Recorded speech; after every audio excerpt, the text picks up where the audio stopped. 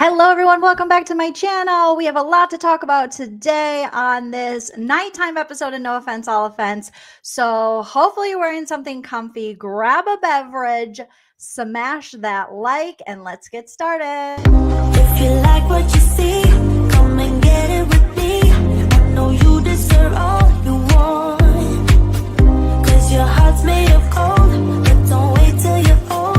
If you want it, I get you some. Hello, everyone. Welcome back to my channel for another episode of No Offense, All Offense, the live show where we talk about pop culture news, trending topics, shows, reality shows, things we love to hate, things we hate to love. Remember, I am very opinionated, but that doesn't mean that you have to have the same opinion as me. You are welcome to sound off in the live chat, during the live, or in the comment section, and we can just respectfully agree to disagree. That's my opinion! It's just my opinion. Sorry, the cats are behind me, or they were. One of them, I think Prince is, grabbing stuff off the Christmas trees. Remember, we take a comedic look. We roast it. We have a good time with it. Everything I say, though, is true, except for the parts that are false. Everything is alleged and for entertainment purposes only. Allegedly. So smash that like if you haven't already, you guys. I hope you had a wonderful Christmas. You're having a wonderful holiday season. I've missed you for the past couple days. Tomorrow we'll be back at our regularly scheduled time of 11:30 Pacific. So make sure that you have your notifications on. And you know the drill. If you want to support the channel further than liking or subscribing, you're always welcome to send a super chat while we're live here on YouTube. I'll highlight your comment. You can send a super thanks after the video post. Thank you. I got some super thanks that I want to shout out that I received recently, and I really, really appreciate it. So Liz, thank you so much. And Amy Seeks Truth, thank you as well. And you guys have been killing it, hitting our super chat goals as well. YouTube has pushed out this new thing to hit our goals, to hit super chat goals, and I've been doing impersonations and promising to talk more when we hit those goals. So thank you guys for doing that as well. Okay, I have all the nanimals. Smash that like though. Let's see if we can get up to 100 likes. I'll set a super chat goal. See if we can hit 10 super chats. That would be amazing. And we'll set it for 45 minutes and see if we can do it. And then you guys, you decide which the impersonation Jolene does, and I'll talk more. These little goals are super fun. Okay. So let's get started. We have so much to talk about, you guys. So much. Thank you for saying I look cute. I just got back from the dog park, stopped and got myself a little Starbucks action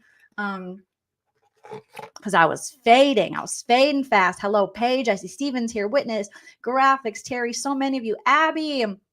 Thank you. Abby says, Jolene, I just love you. I have to turn you off before bed because I laugh so hard I stay up too late. I'm so sorry. The shirt is giving prices. Raspberry. Oh, Prince's raspberry beret. Raspberry beret. Shout out to Made in Lala. I think that's the brand. That's where I got this shirt. I love. I think it's Made in Lala. Is it Made in Lala Land or Made in Lala? One of the two. But it's like one of those kind of see-through 90s shirts, and I'm obsessed. Okay, you guys, did you hear about, let's start with the first story, the first trending story that is happening that a lot of people seem to be talking about, and it is Kim. So Kim Richards, Kyle Richards' sister, you stole my goddamn house. She is in a very interesting situation. So there was a 911 call, apparently, on Christmas Eve, I think. So Kim Richards was evaluated for mental health after she made an unusual call to the police at Sister Kyle's home. So apparently, Kim Richards, we know her, former Real Housewife of Beverly Hills. You stole my goddamn house. She's struggled with substance abuse issues, and she is living in one of Kyle's homes. I'm not sure. Not the house that Kyle stole from her allegedly, because that one I think has since been stolen. It's since been stolen, but it's been sold. But I think it might be maybe the one Sutton lived in. Didn't she in her old house? I'm not sure. But anyways, we might have a squatter situation going on. So Kim Richards reportedly received a mental health evaluation from the police after they responded to an unusual call she made over the weekend. The reality TV personality 60 was reportedly visited by local authorities at a house owned by sister Kyle Richards on Sunday afternoon. Okay. Sunday afternoon. Damn. And this story came out on Christmas Eve, but damn, Sunday. What is it today? Thursday? Okay. So Sunday afternoon, the Los Angeles Police Department was responding to the call the Real Housewife of Beverly Hills alum made about someone who had taken her cat but returned it. So she was just like, yo, police, what up? Someone took my cat, but they returned it. Just want to let you know. Poor Kim. Kim. So she called the police to be like, someone took my cat. JK, they brought it back. So call off the FBI, okay? Luigi Mangione didn't do it. All right. I found the cat. Someone returned it. Per TMZ, the police arrived on the scene, and while explaining what happened, she reportedly got on a long-winded tangent about issues she had with her sister Kyle. Well, listen, I don't blame Kim for this because we all have issues with Kyle. We're all like, Kyle, get it together after watching episodes this season of Beverly Hills. It's like, Kyle, what are you doing? What's happening? So we all got it. I get it. There's a lot to vent about Kim. So Kim is venting to police like, oh, I got this sister, Kyle. Oh my God, she is on one. The police officers then called for a mental health evaluation team to evaluate her after seeing her behave in that manner, according to the outlet. Now listen, prayers up, all the good vibes for Kim, but have they ever been related to Kyle before? You know, Kim could have a point. That's all I'm saying. Does she really need a mental health evaluation? Or is Kyle just that, exhausting? Is Kyle just going to take you there? Just putting it out there. So they called for this mental health evaluation. The team, insiders told TMZ, they determined that Richard did not meet the criteria for an involuntary hold. Okay. As they felt she did not pose a threat to herself or others. So I guess that's a good thing. At the time of the incident, it appeared that Kyle was in Aspen because Kyle has been posting. Apparently the Umanskis are celebrating together. Mauricio's there. They're off seeing Wicked, and they're posting like, here's me after Wicked. Here's me after Wicked. Here's me after the third time I saw Wicked. And then there's Mauricio just man spreading on the couch. And they're like, he walked out mid-movie. Of course he did. He probably had a date with someone his daughter's age. Allegedly. Thank you, Dawn, for the first super chat of the live. Appreciate you, Dawn Schilling. So they're in Aspen. Paramedics were also reportedly dispatched, but quickly left as they determined Richards nor anybody else required medical transport to the hospital. Regarding her complaint about what happened to her cat, the police reportedly did not take any other action and left. This comes several months after Richards was placed on a psychiatric hold after local authorities were called in response to an incident at the Hilton Hotel in Los Angeles. What is going on at the Hilton Hotel? Kim is just getting in all sorts of trouble over there. In September, the LAPD responded to a call about Kim Richards being incoherent on the scene and refusing to leave when asked. So substance abuse issues allegedly back in play. Okay. When she was then detained on an involuntary 5150 hold, 72-hour psychiatric hospitalization amid a mental health crisis. Her half-sister, Kathy Hilton, shared a message of support for Richards that she had been placed on the psychiatric hold. Later that same month, there was another incident at a home owned by Kyle. Again, do you see the common thread, though? It might be Kyle. You guys, no offense, all offense, but it might be Kyle. It was reported that Richards was involved in an altercation with her sister, Kyle, in Encino. I mean, that if you're going to fight somewhere, it's going to be in Encino. All right. That shit don't happen in Beverly Hills. That's why you got to up their game and get their homes back in Beverly Hills. Okay. Because obviously it's going to go down in the Valley. It's going to go down in Encino. So there's an altercation where Kyle owns a home that Kim had been staying in. Ooh, it's not looking good for Kim. Per TMZ, law enforcement sources said Kyle claimed Kim was in deep trouble over her sobriety and that their entire family was worried about her survival. Concerned neighbors called the local authorities about Richards at the home. Both the neighbors as well as Kyle reportedly wanted Richards to be removed from the home. So Kyle's like, you got to get her out. And this is back in September. And Kim is still there because she has squatter rights. Okay. And those, I don't know if you guys have seen the videos out in California, but these squatters will take over a whole ass mansion and they'll be there for what seems to be years. Okay. So I don't know what the squatters' rights are, what's going on here, but it seems like you could just pick an empty house and hop right in. And it takes quite a bit to get you out of it. I'm thinking about doing that instead of, paying for a house here, just hopping in one of these mansions. If someone's not using the mansion, let's get in there, grab some roomies, have a good time. But seriously, so it was reported then that the rest of the family had cut off contact with her following her relapse. So this is about a relapse allegedly. And, the family's trying to do the best you can in these situations when, trying not to enable, trying to cut off, any kind of, kind of not encouraging, but making it so maybe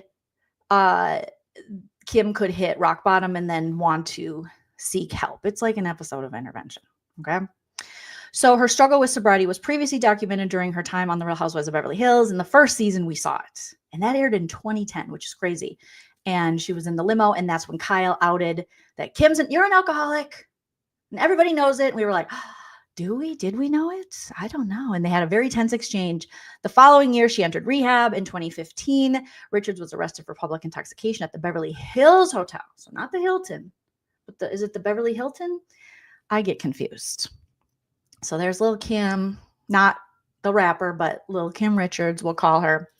And with her sisters, and this is in 2023, maybe seemingly happier times, maybe not. The same year, she checked herself into a treatment facility in Malibu. So Kim's been in and out of these facilities. She's the child actor. It's rough. So she's struggling, allegedly relapse happening, and Kyle wants her out of the house that she's staying in of Kyle's, but Kim is not leaving and then just continues to be having these kind of public, things occurring and police calling and missing cats. I know when I wasn't sober, boy, could I lose a cat. Okay. I could lose my sanity and I could lose a cat. So positive vibes, all jokes aside, for Kim Richards. Hopefully, she can get on the right track, but I do feel for her because I think it's just that classic, unfortunately, sad tale of children that are forced to grow up too early, and they're child stars, and then they're the breadwinners of their family, and they have parents who push them into this fame, and they're around all these creepy Hollywood people, and then we're all shocked that they don't turn out adjusted or that they're under the influence. Have you seen some of these people? Did you watch the Nickelodeon documentary? Have you looked at Harvey Weinstein? That'll turn anyone to the bottle or the powder or the pill or whatever. Hey, sexy Scorpio. Happy holidays to you too. I'm so glad that you caught alive. So, so she was evaluated. She was returned. She didn't have to go in. The cat is fine. But I mean, we'll see how this plays out in 2025 with Kyle and her sister and trying to get her out of this house that Kim is allegedly squatting in. So here we go. All right. Let's talk about Lala, you guys. I was, enjoying the holiday while Lala decided that she was going to talk yet again about the thing that she's so glad is over, Remember when she said, I'm not talking about this anymore. And I'm Lauren from Utah. And I don't need this shit. But first, I do need this shit. But now I don't. And I got all these things going on. And I'm a mother, bitch. I'm a mother. Okay, you want to get popped? Lauren is still talking about Vanderpump Rules a lot. You know, Ariana, Katie, they're like, I'm living my best life. They're doing the damn thing. Lala's over there on Amazon Live treating it like a therapy session. All right. Jessica got away from her, allegedly. Godspeed, Jessica. And now she's sitting over there in the echo chamber with her brother, her mom, and the babies she has. And she decided to start questioning. She's starting to question Vanderpump Rules and why it is not coming back for the OGs, but why it's being revamped with a new cast. I heard actually mixed reviews on Joleen. Oh, Joleen was excellent. What are they saying? Thank you. Thank you, Lala. I agree. I am excellent. I really agree. Okay. So Lala thinks VPR overhaul wouldn't have happened if she didn't break the fourth wall. It was broken. Lala, you're giving yourself a lot of credit. Okay. But okay. I will go with you on this one that you ruined the whole show. You and Tom Sandoval and Tom Schwartz ruined the whole show. But let's see what she says. Okay. So could the Vanderpump Rules cast overhaul, this is according to Us Weekly, be tracked back to Lala Kent's season 11 rant about Ariana Madix? She thinks so. Now remember, this is the end, the finale, where Lala was like, I've shared my whole life. Ariana hasn't done dick. She hasn't done shit. I'm paraphrasing, okay? She hasn't done anything. I gotta feed my kid, bitch. I gotta do this. How these lips ain't gonna fill themselves, ho. They ain't gonna fill themselves, ho. So she went on, and we were like, girl, you aren't even an OG. Second of all, you hid Randall for as long as you could hide that no neck, okay? Randall hid his neck longer than you hid him, but it was pretty long. Not the neck, but how long you were like, I'm not talking about my mans. That's my mans. And we were like, that is not a man. We don't know what that is, what that Randall is, but that is most certainly not a man. My mans. And we were like, still not a man. So, Miss, I've been opening up, sharing everything about my life. No, you haven't. No, you haven't. You fought against that. You weren't sharing. Shut up. So she gave this long monologue of how great she is and how she shares and how Ariana sucks because she has everything Lala wants, essentially. All right. So now she still can't shut up. So during an Amazon Live on Thursday, December 19th, Kent, 34, explained why she thought her breaking the fourth wall contributed to the changes happening on Vanderpump Rules. She says, I do wonder if I would have kept my mouth shut. Like, if a producer wouldn't have stepped in and told me that I'm allowed to say the things that I said off camera about filming, if the show would have been able to go on, Kent noted. Or if I was just the final nail in the coffin. I guess we'll never know. We know. You were. You flip-flop anonymous, you and Sheena Bina, trying to throw Ariana under the bus, not being a good friend, doing shit behind her back, taking up for Tom Sandoval, thinking you're going to make more money. Yeah, that ruined it. They not like us. They not like us. They not like us. You player hating on the side, player hating from behind, just player hating in general. Yeah, that ruined it. So, I mean, it's not, as they would say, it's not rocket scientists, okay? It was just a horrible season. You, Alex Baskin-Robbins, Jeremiah was a bullfrog, those two producers, and then the two Toms, Lisa, the internalized misogyny. It just, the show, it was horrible. Season 11 was an abomination, and I often want to bleach my eyes and pretend I want an eternal sunshine of the spotless mind myself, because we were expecting like the Spice Girls season. Woo!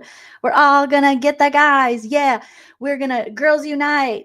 Guys go straight to hell. You go to hell. You don't pass go. You don't collect $200. You go to hell.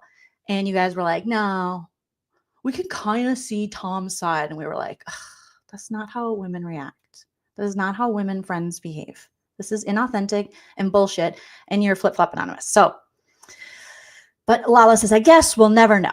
The reality star claims she wasn't as upset about her time on VPR coming to an end, because Bravo announced in November that season 12 of Vanderpump Rules would return after a brief hiatus, but with an entire new cast.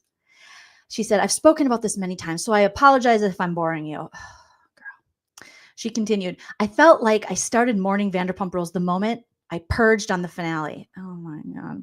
So not only did I know it was coming to an end after that, but I feel like the moment we started filming season 11, it was going to be the last. Yeah, the moment you sold out, girl. The moment you sold out your friend, thinking that, oh, she's got all these opportunities, so fuck that bitch. So I guess I will just do what these male producers think is going to be the right way to act.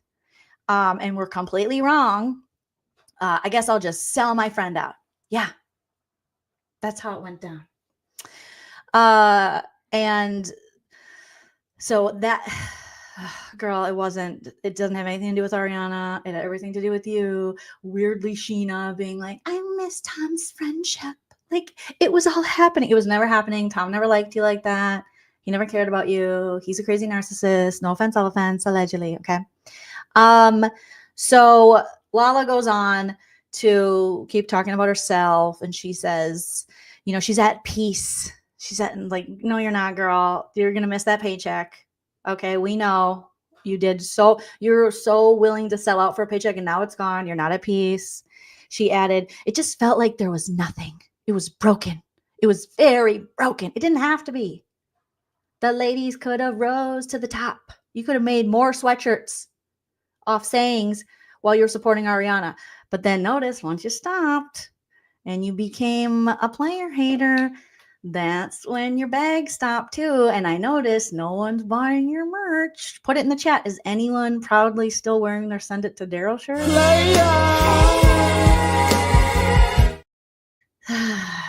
Yep. Thank you, McLou, for the super chat. Exactly, McLou. Exactly. You sticking up for the cis male. You never win when you're dirty, girl.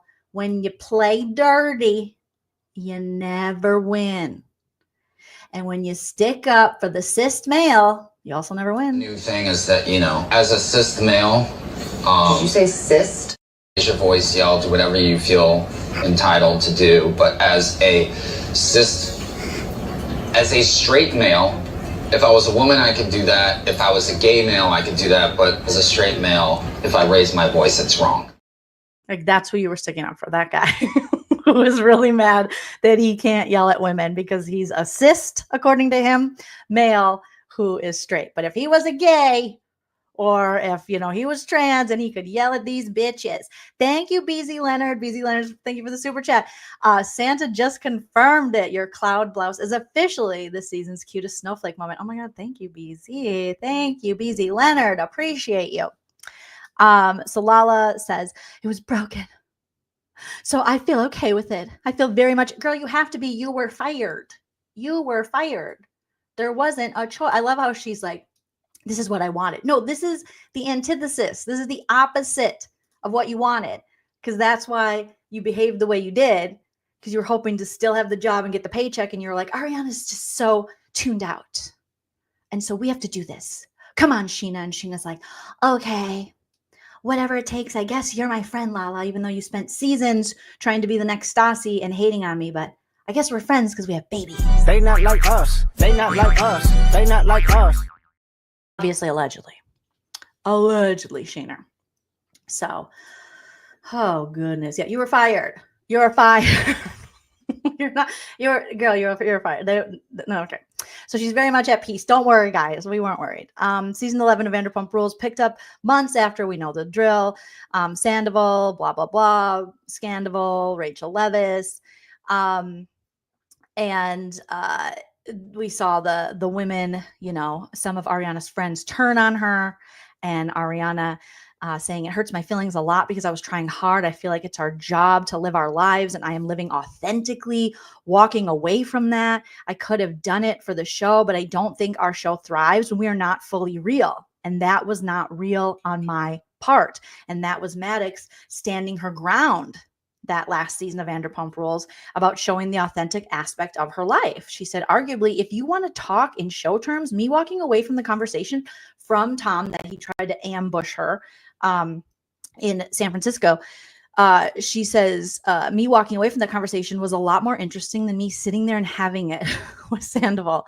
And was that not better ending to your season to give you another season for another page? It's just like, Ariana's way too smart for these fools. These fools are just no brighty, no smartsies in the brain, just not thinking long-term. Ariana was just miles ahead at this point in her thinking, logic. I mean, she had been for a long time.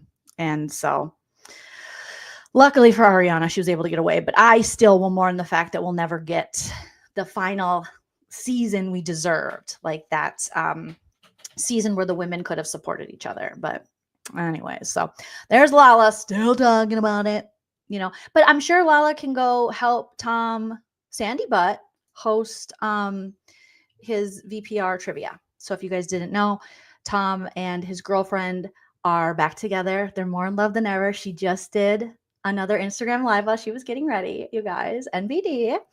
And she was just telling us about her favorite mascara, which is a L'Oreal brand, because she's so down to earth and she's so cool. And Tom was there, obviously, had to get in the shot as she was getting ready. And they were going out for one of his trivia nights. Schwartz and Sandy's, I believe, might be officially closed now. They might have a couple more days left, but Tom Sandoval, just like when it was open and they wanted to keep it open, is nowhere to be found. Meanwhile, he is with girlfriend Victoria, and they're doing a tour of, this was from today, her Instagram live. And this Carmela person, if you're out there, I just want to tell you, I love you. I loved your comments. I hated how the chat turned on you. Okay.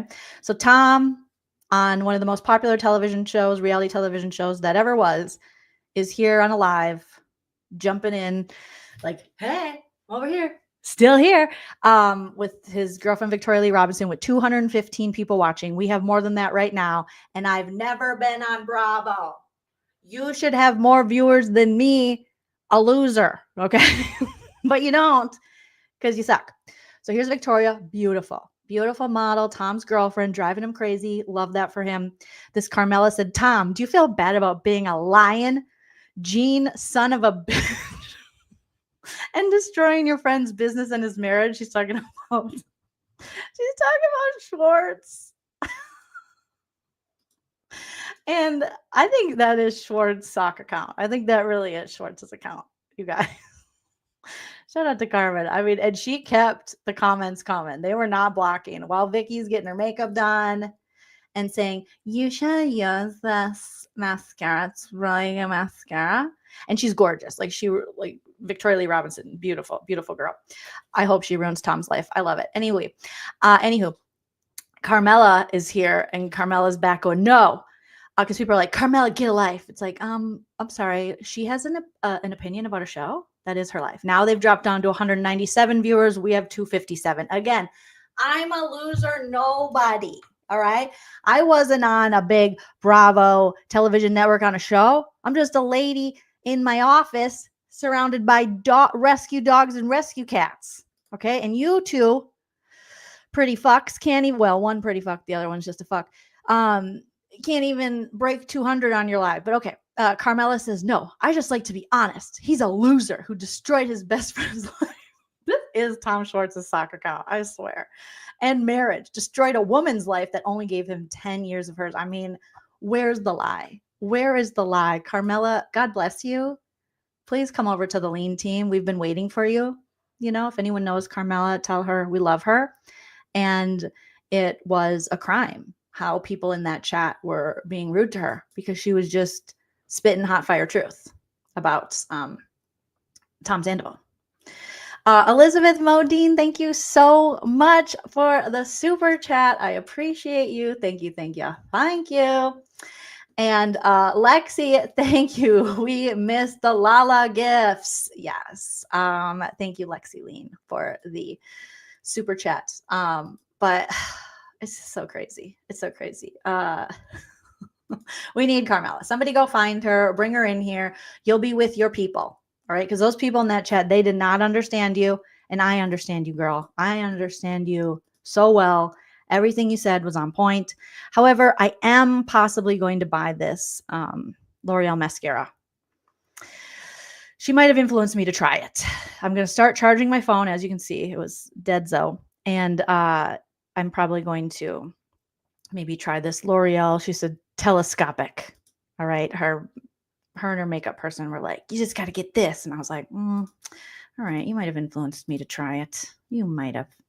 So they are off doing their, they're back together. They're so in love, are we too? Just can't wait to say I do. So in love, in a world of our own. So in love, are you and I? Until the next drunken 6 a.m. fight that these 50-year-olds have, which will be so great. So Lala, you have that to look forward to. So God bless. Okay, let's talk about Lisa Vanderpump. So word on the curb is that Lisa Vanderpump, Radar Online is saying that Lisa Vanderpump cleaned house, you guys. That she got rid of all those stanky ass OGs, those dirty, crusty, musty, dusty OG Vanderpump crew, because she was worried that the young stars were getting more attention than her. Well, first of all, they're not that young. They're like my age. They're in their 40s, 50s, 60s, and 70s. All right. They're fully formed adults. So Radar Online had this story running saying disgruntled diva Lisa Vanderpump. She must have pissed him off. Wasn't it back in the day they were claiming Lisa sold stories to Radar? And now they're doing bad stories about her. So disgruntled diva Lisa Vanderpump cleaned house at Vanderpump Rules as she was worried young stars were getting more attention than her. Ooh. Lisa Vanderpump had envy on the menu when she cleaned house at Vanderpump Rules because she worried the reality show's younger stars were getting more attention than her. Insiders say, I wouldn't put it past her. I'll just say that. I will say that. What we know about Lisa now, I wouldn't put it past her. It's her show with her name. And now Ariana has become like this global sensation after Scandal. Even Tom Sandoval, even though no one has anything good to say about him, his name is out there. Maybe she was like, whoa. We got to rein this shit back in. All right. It needs to be about me. And I need to have my little underlings, people that work for me. And I need it like that again. Thank you, Chickenhead PK Dorkface. Neely, happy holidays too. I appreciate that. And thank you, Elizabeth Modine says, put your love in the chat because Jolene is queen. Elizabeth, you sweetie. Nothing normal about this Aquarius. No. I would be very offended if anyone called me normal. I get very offended if someone calls me normal. No, thank you. No, thank you. So, oh my God. Karen says, allegedly, Lisa Vanderpump needs a new blood supply. You know how there's been like Black Mirror episodes about that and vampires and stuff, and you have to suck the blood of the young to stay young. Wasn't that American Horror Story? Wasn't that on the Coven season? Kathy Bates' character had to put blood on her face or something.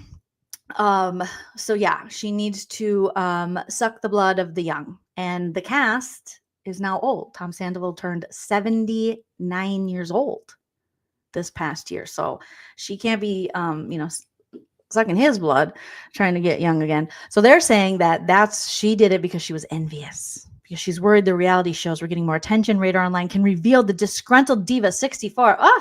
Even putting her age out there, was instrumental in getting the entire cast axed because she feared becoming a bit player on her own series. Well, remember when she showed up to the reunion and we were all like, and it had never really been that way. But once Scandal happened, we're like, why is Lisa here? What is she doing? What is she bringing? We want the juice. We want the dirt. She's not doing anything except placating the problematic, toxic men and talking about her other businesses, which we don't care about right now. There are bigger fish to fry. We wanted to hear Ariana eviscerate Tom and Rachel Raquel and also Tom Schwartz, which she did. And then Lisa comes in like, oh, darling. Oh. And we're like, no, Lisa, now's not the time, honey. Is not the time for this. All right. You need to be pro Ariana, pro Katie, pro sandwich shop, dump those Toms, losers, and get with the times. And she was like, oh, can't we all just talk to the Toms? And we're like, no, we don't wanna. They've had great edits for all these seasons. We're done with them. So I think Lisa, picked up on the fact that a lot of the audience was like, we didn't really need to see her like at all. She didn't do anything to move the story along. If anything, she was just a roadblock. It was like she was just a speed bump. Like we were going, cooking with gas, and it was like, Lisa. She like popped the airs of and the tires of momentum for the show. And so could be. So this insider revealed, I think it's Kristen Doty, all of the cheating and catfighting was taking attention away from Lisa, and she wasn't going to let that happen. Bravo recently announced the hit TV show will be rebooted for next year's season 12 with a new group of players. They'll still work at SUR, and but all these fools are either on the Valley, in jail, doing trivia, or killing it on Broadway and other things. Yet sources said the scorched earth firings shocked mainstay stars Tom Sandoval, 82, Ariana Madix, 39, and Sheena Shea, 39, who believe the Real Housewives of Beverly Hills alum cruelly pulled the rug out from under them. A show insider said the cast were becoming big stars in their own right. Yes, they were. And they actually believed they were going to get raises, not get fired. Yeah, Lala and Sheena thought they were going to get raises. Remember? They're like, we have to do this. I'm sorry, Ariana. I know you're our friend. But this is what Alex Baskin-Robbins wants, and he makes ice cream. Very dated ice cream, just like how he's running that show, allegedly, in my opinion. Okay. Thank you, Chickenhead, PK, Dorkface, Neely. Ariana does not even use the VPR on her resume. She doesn't need to. Isn't that the beauty of it? That all these other people are just like, they're like, my fingertips are holding onto the cracks in the foundation, and I know that I should let go, but I can't. They're like the Kate Nash song. And every time we fight, I know it's not right. Every time that I'm upset, and they're literally holding onto the cracks in the foundation, while Ariana's just like, I booked another gig. Isn't this great? And then Katie's in love with a rock star. Hopefully he's not a douche. And that's pretty much all that's good out of that show. Susie Q, thank you so much for the super chat. Susie Q says, first Christmas with my 2-month-old Black Kitty Mayhem. Oh, I love that name. He has filled up my heart again after losing my 17-year-old cat Tommy a few months ago. Susie, I'm so happy to hear that you got another kitty. And shout out to Mayhem, and so sorry for your loss. I know this was our first Christmas without Tilly, like for me and Chell as a couple, I think ever. So that was really different, but and we miss her all the time. But having, our two kitties, Prince and Cordelia, and then obviously our dogs, they definitely help heal the heart. Chickenhead, thank you for the super chat. Chickenhead PK Dorkface Neely says, something tells me she is going to bring Tom Schwartz. Well, we're going to talk about that because I think so too. So they're saying Lisa Vanderpump was like, oh, darling, they're becoming too big in their own right. Okay, so let's fire them. But they should have seen the writing on the wall. Their storylines became the star attraction on Vanderpump Rules, to the point where Lisa just seemed like window dressing and wasn't even on camera much. No, she wasn't. Ken did more. Ken's like, what happened? Tom was in the hot tub with Rachel Raquel. Well, Ariana's out of town. Okay, I'm gonna fall asleep again. And Ken delivered that line very well. We remember.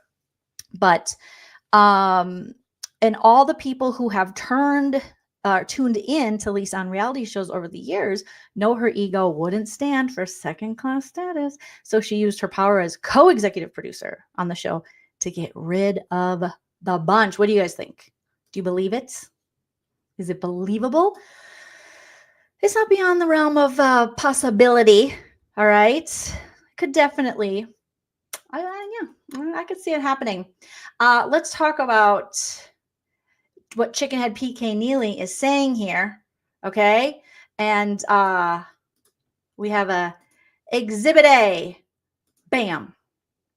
TomTom posted this around the holidays on their social media, you guys. And it is just Lisa Vanderpump and Tom Schwartz getting cozy at a table in TomTom with the tree behind them. And it says, TomTom, cheers to festive moments and sparkling company, wishing you all a season filled with love, laughter, and celebration. Merry Christmas to all who celebrate. She's bringing him.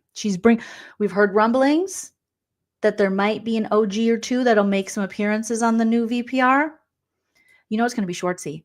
This looks like their engagement photo. Honestly, once Ken is gone, okay, and I hope he is never gone. God bless Ken. I wouldn't be surprised if these two got together. I'm just saying, okay? I'm going to start a rumor right now. Tom Schwartz is pregnant with Lisa Vanderpump's baby, allegedly. All right? You know that when he fantasizes, when he's alone with himself and his man parts and he's crying while masturbating, allegedly, okay, he's thinking about Mommy Vanderpump. There's always been this weird flirtatious relationship, borderline creepy. Tom is always very Norman Batesy, and Lisa's like, oh, Schwartzy. Yeah, he has, thank you, Patty. He has her initials tattooed. He has LVP on his butt. And Schwartz wants to be pregnant. He wants to have a baby. Okay. Yeah, suddenly they're besties. I think they're boning. I think they're taking it down to boom, boom, boom, boom, boom, boom, boom, boom. Tell me what you gonna do when Schwartz rides Lisa and Lisa rides Schwartz and Schwartz gets pregnant. Tell me what you gonna do when Schwartz and Lisa hook up and have the sexy. And we're gonna hear about it. They've had sexy yada. Yes, they do it. Reverse cowgirl. I don't know what I'm saying. But something's going on. Something is going on.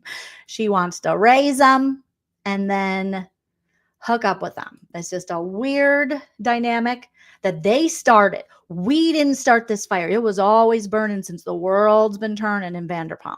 They did this. They've always had this, ooh, cheeky, cheek. So, something happened. Now, she would be the type to be like, it's okay, Schwartzy can't get it up. That's fine, because Schwartz would be like, this never happens, except it always happens, allegedly. He'll be too nervous in front of Lisa, and he's like, come on. And his little guy's like, I can't, I'm nervous. She's like a big deal. Come on, get big for the big deal. I can't. And allegedly, again. But it's weird. And Sandoval has to, sir, you're getting iced out. And then Peter posted something on social media about how, Lisa put up the pump sign next to the TomTom sign because pump closed down. But she had the pump sign lit up and not the TomTom sign.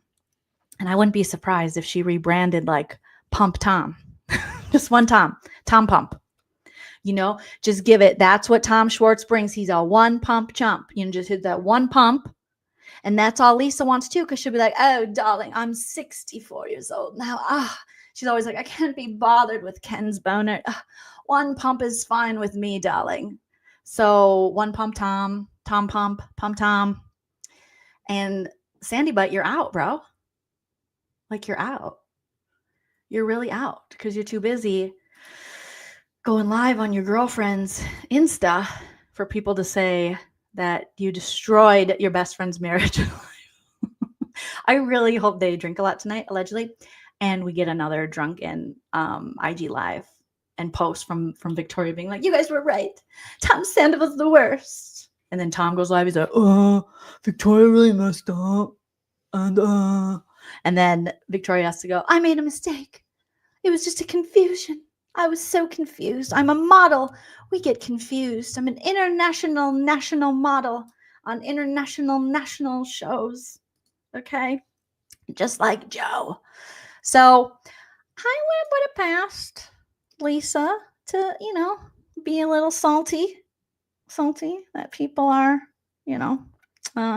speaking of salty, did you guys see they released the report on Quagmire? I was like, oh my God.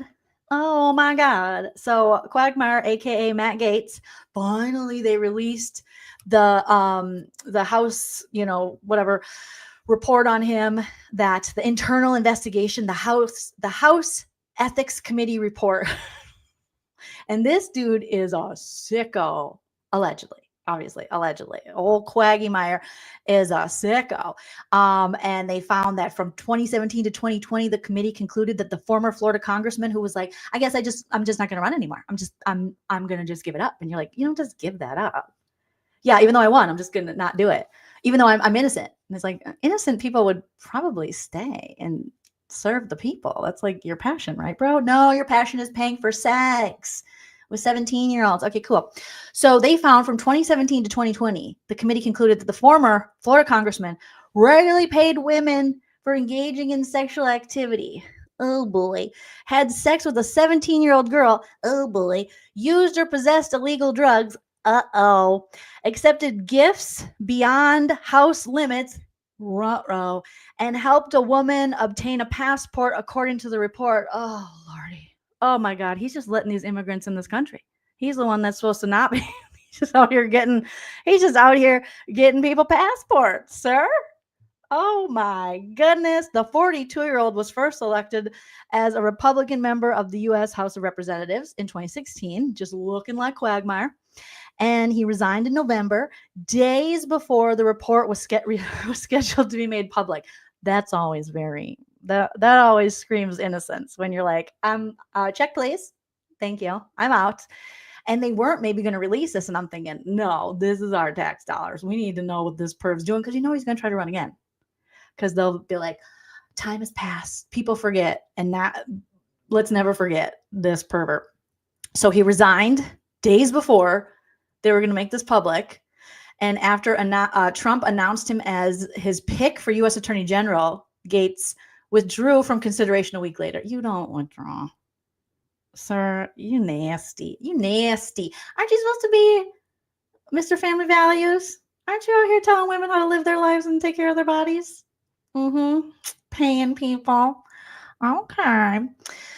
So there's this money trail. He paid more than $90,000 to women for sex and drugs. Bro, remember back in the days when, I don't know if this was the truth, politicians didn't have to pay for it. It was just like you had some power, And but with that face, when you look like a Quagmire, you got to pay for it. Thank you, DGF, for the super sticker. Thank you, Susie Q, helping us get to the gold. Dog Mom Laura, thank you so much. Chicken Head, he's super gross. Steven, thank you so much for the super chat. Says, happy 2 weeks. I can't wait for the Traders premiere. And Elizabeth says, did Lisa take her off her clothes and jump in the pool?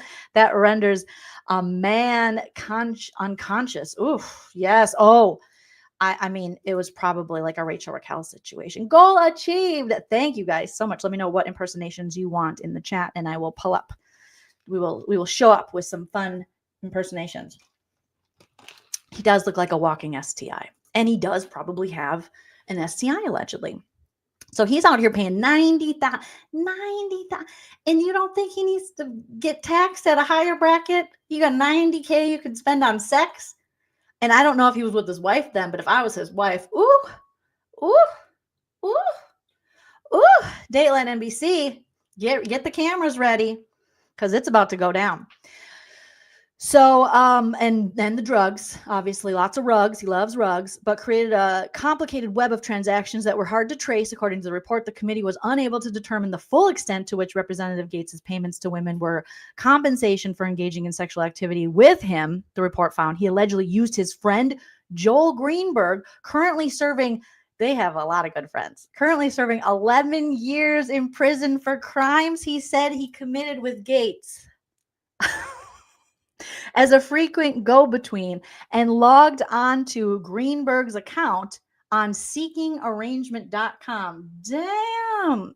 Seekingarrangement.com, which bills itself as a luxury dating site to interact with young women. Does he know? I think Plenty of Fish is free. I think that's free. Gaetz also paid women directly, sometimes through platforms. He was like, I'll Venmo you. I'll Venmo you for that baby door.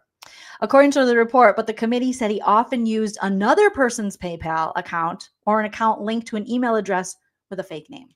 Very proud of his exploits.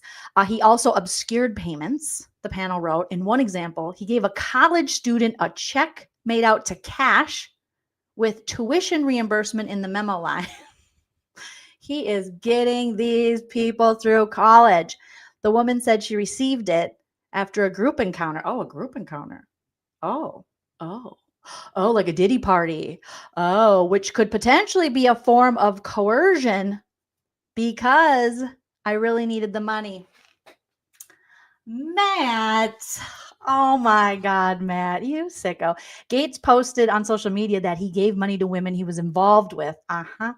As gifts. Okay, sure, sir. Not payments. Okay, yeah.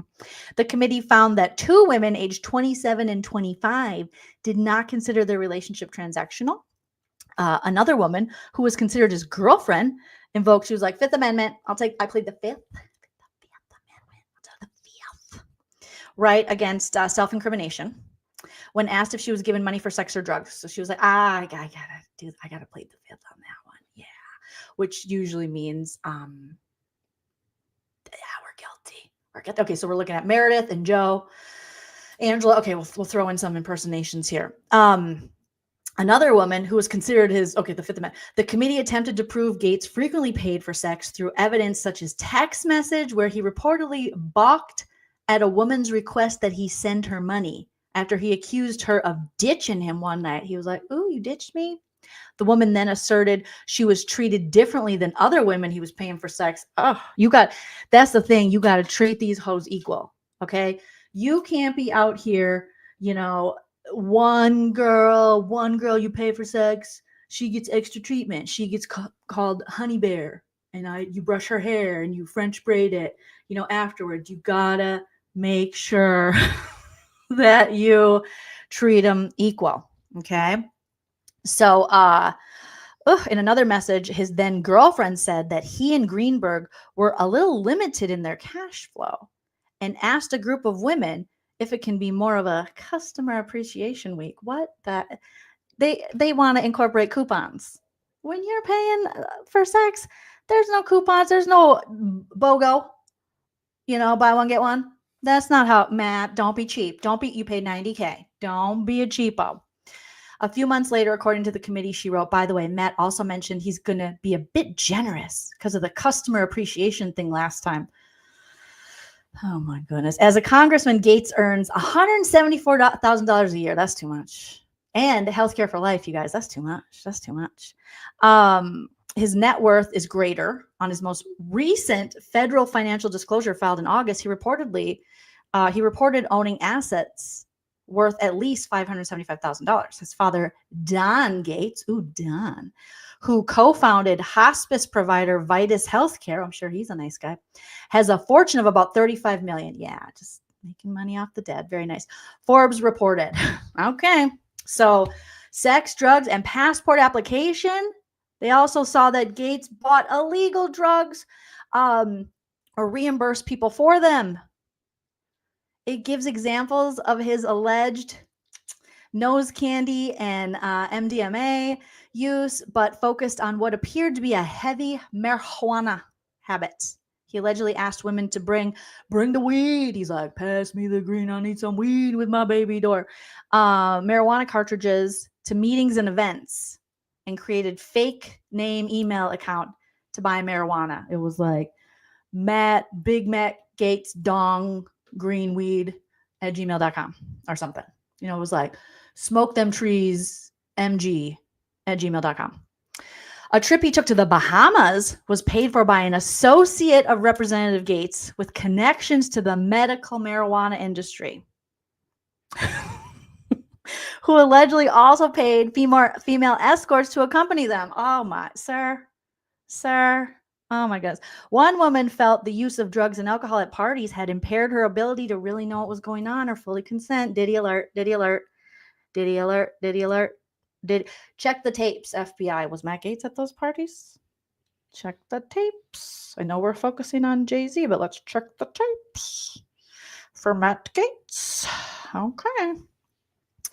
His then girlfriend, who was 21 when they met and was paid tens of thousands of dollars during their 2-year relationship, often participated in encounters with women and acted as an intermediary, according to the report. She was a Ghislaine, a Gizm, a Ghisleener, allegedly. A woman who told the committee she was 17 at the time. She had intercourse with Gaetz twice at a party in 2017.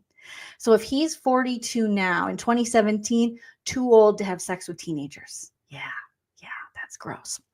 At least once in front of other people. Oh my God, that's it. It's over. In front. What in the politicians in Hollywood? Nasty. You nasty. Where's the teenage boyhood? Well, allegedly, people were saying, Teresa, that he was using maybe this young teenage guy's email or PayPal or something, or Venmo for some of these transactions. Sicko. Oh my goodness. So in front of other people, allegedly, while under the influence of the ecstasy, the Molly, as Miley Cyrus likes to call it. Okay. And everybody else, but anywho. The woman who had just completed her junior year in high school. Oh, Matt, you nasty. There was a lady following him around going, Matt Gaetz, are you a pedo? Are you a pedo? Are you a pedo? Like, just kept asking him. And I just was like, can we pay that lady to follow him everywhere he goes for the rest of his life? I would totally pay that lady. Can my tax dollars go to that? Following these pedos around just with a camera, just asking them no matter, so they can never have a normal life because they shouldn't, because they're disgusting. That would be amazing. So she just completed her junior year of high school. You nasty, Matt. You're in your 30s, you nasty. Then received $400 from him. She also told the panel she did not tell Gaetz she was a minor, and the committee did not find any evidence that the former congressman knew she was underage. The age of consent in Florida is 18, although a 16 or 7, you know a 17-year-old. I'm sorry, you do. You know a teenager when you see a teenager. That is men creating that.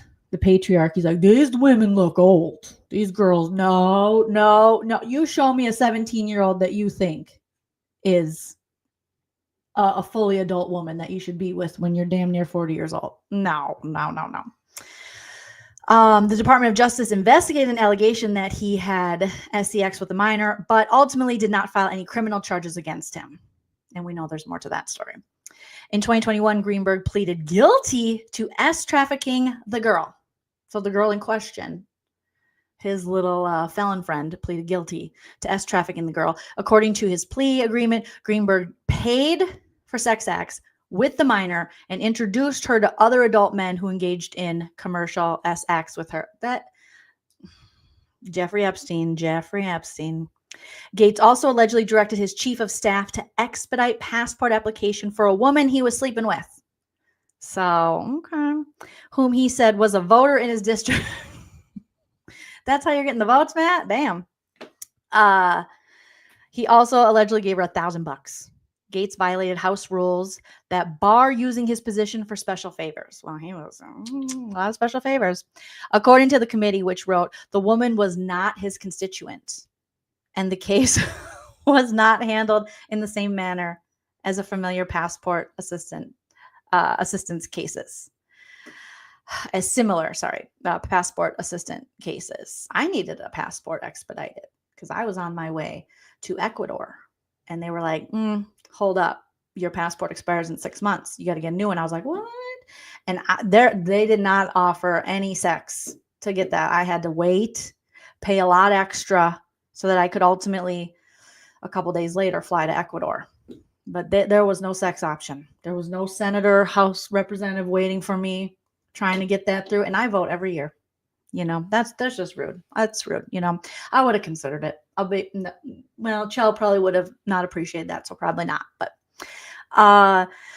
so then there's obstruction. It's just so meaty. It's so meaty. So remember this face as if you could forget it. Quagmire, AKA Matt Gaetz over here. Just ew. Here, let me show this one. Remember this face, because he will be back. He'll be back. They'll try to make us forget. He'll be running for something else. Just looking all quagmire-y. And just remember that. And then after he said, I didn't know that she was 17. But then when she was 18, then they had more relations after he had known. He was like, well, at least she's 18 now. You know, it's like those celebrities like Wilder Valderrama, whatever his name is from that 70s show, how he just happened to be dating all the teenagers while he was like a whole ass adult dude. Like Lindsay Lohan, Demi Lovato, and they all, or even like Jay-Z and Beyonce, like, no, I met her when she was 15 or 16 and we were friends. I'm sorry, what, Drake? What's going on over here? At Boa, we waited till 18. Still gross. And also, no, you didn't. No, you didn't. Okay? Lock him up. Lock them all up. Lock them all up. Put them together, and they can have diddy parties in a cell with each other. Okay? So, yeah, that one came out. Bad wording, but that story was all over the place when the House Ethics Committee's report was released, and I was so happy it was released. Oh, just right in time. Merry Christmas, Matt Gaetz. Merry Christmas to you. For real. Like, I'm sure that was lovely. Lovely. Thank you, Pamela B, for the super chat. Pamela says now he's looking at seeking arraignment. I see what you did there, Pam. I see what you did there. You are not a loser. Thank you, Kovaji. Jolene, you're not a loser. Sandoval's a loser. Thank you. I'm just saying, like, you know, someone who had that big of a platform and with Bravo, and like that's how far you've fallen because you suck. You know, that people are just on YouTube here, just pulling bigger numbers than you. So crazy. All right. We need some Meredith Marks. I heard since we hit our super chat goal. Let me get Nasty Quagmire off of here. And okay, so Jax Taylor, you guys, Jax Taylor, this lady is saying her boyfriend paid for a cameo from Jax Taylor, and it was bad. It was really bad. Like, you can't even hear him. So Meredith Marks will kind of explain to you. For my family, Jax Taylor was, okay, I'm just going to be honest with you guys. I requested a cameo from Jax Taylor. Me and Soph, okay, we were just sitting there thinking about my bat mitzvah. And Jax, we requested a cameo, and he didn't even get the sound right. And he didn't mention the fact that I am someone who loves baths. Bath bomb is my thing, okay? Whitney does Alibaba. She does Alibaba, okay? But if she wants to talk about the husbands, we can talk about the husbands. So I hit Jax up, and I said, I need you to do a cameo. Soph got his credit card, even though Big Lots is closing, okay? Soph got his credit card out. And I said, you need to do a cameo for my family, okay? You can leave if you don't want to, but you need to do a cameo and tell Whitney that her stuff is from Alibaba. Are you recording me? And his cameo was so bad. It was so bad. I couldn't even believe it. All right, let me find it here for you, for my family. And this is according to South. Okay, you guys, this is according to Reality Blurb. Fans call out Jax, which was me. I called him out. I said, you can leave. And he didn't leave. He stayed because he's an asshole. You can leave. Let me play the cameo that Soth paid for. He paid for this one, okay? Put a thumbs up in the chat when you can hear it. Okay? Let me put my AirPod on. My AirPod, Brooks Marks AirPod. Oh, it's falling out. Probably made by Alibaba. All right, let me make this big. Here's the cameo. I can't hear him. Okay, hold on. You guys can't see this. Hold on. Jocks. We paid good money for this, Jocks. How dare you rip off Seth as he's about to lose his job at Big Lots? How dare you? Okay, let me see. Let me share this. Seth? Brooks, do you know how this works? Okay, I'm going to just share this. Okay. Brooks is helping me and my daughter that I don't know her name. Okay, here's Jocks for my Cameo. I can't hear you, Jocks.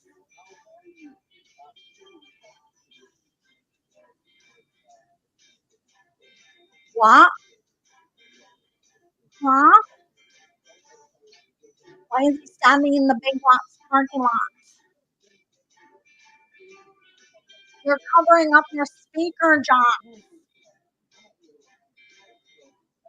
Sounds like you're underwater in the bathtub.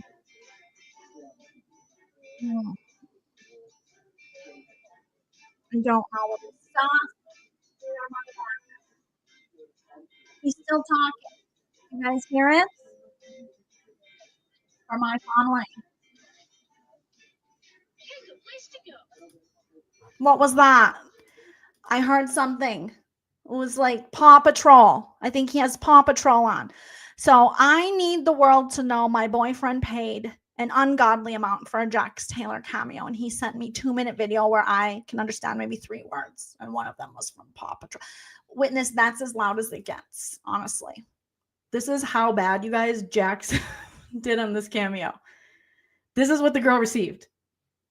I have all the volumes up. Okay, let's see this volume. Okay, here's low. All the way up. I have it all the way up here. And we still have another minute of him just grandpa talking next to the truck.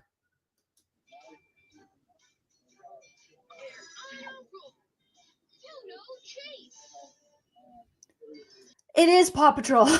They said Chase. I know Paw Patrol. I know Paw Patrol. My kids used to love that.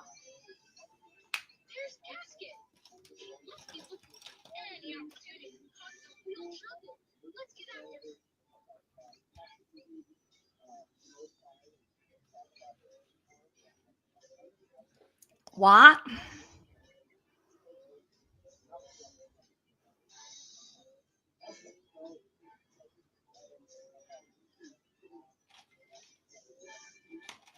He's still talking, you guys. He's still talking. Like he said something about karaoke. We have any lip readers? Something about my cock, my cock. Merry Christmas. Happy New Year. I got that. I'm not on cocaine. Got that. Somebody slammed the door. And that was the cameo that person received, you guys. Let's see what he's charging, okay?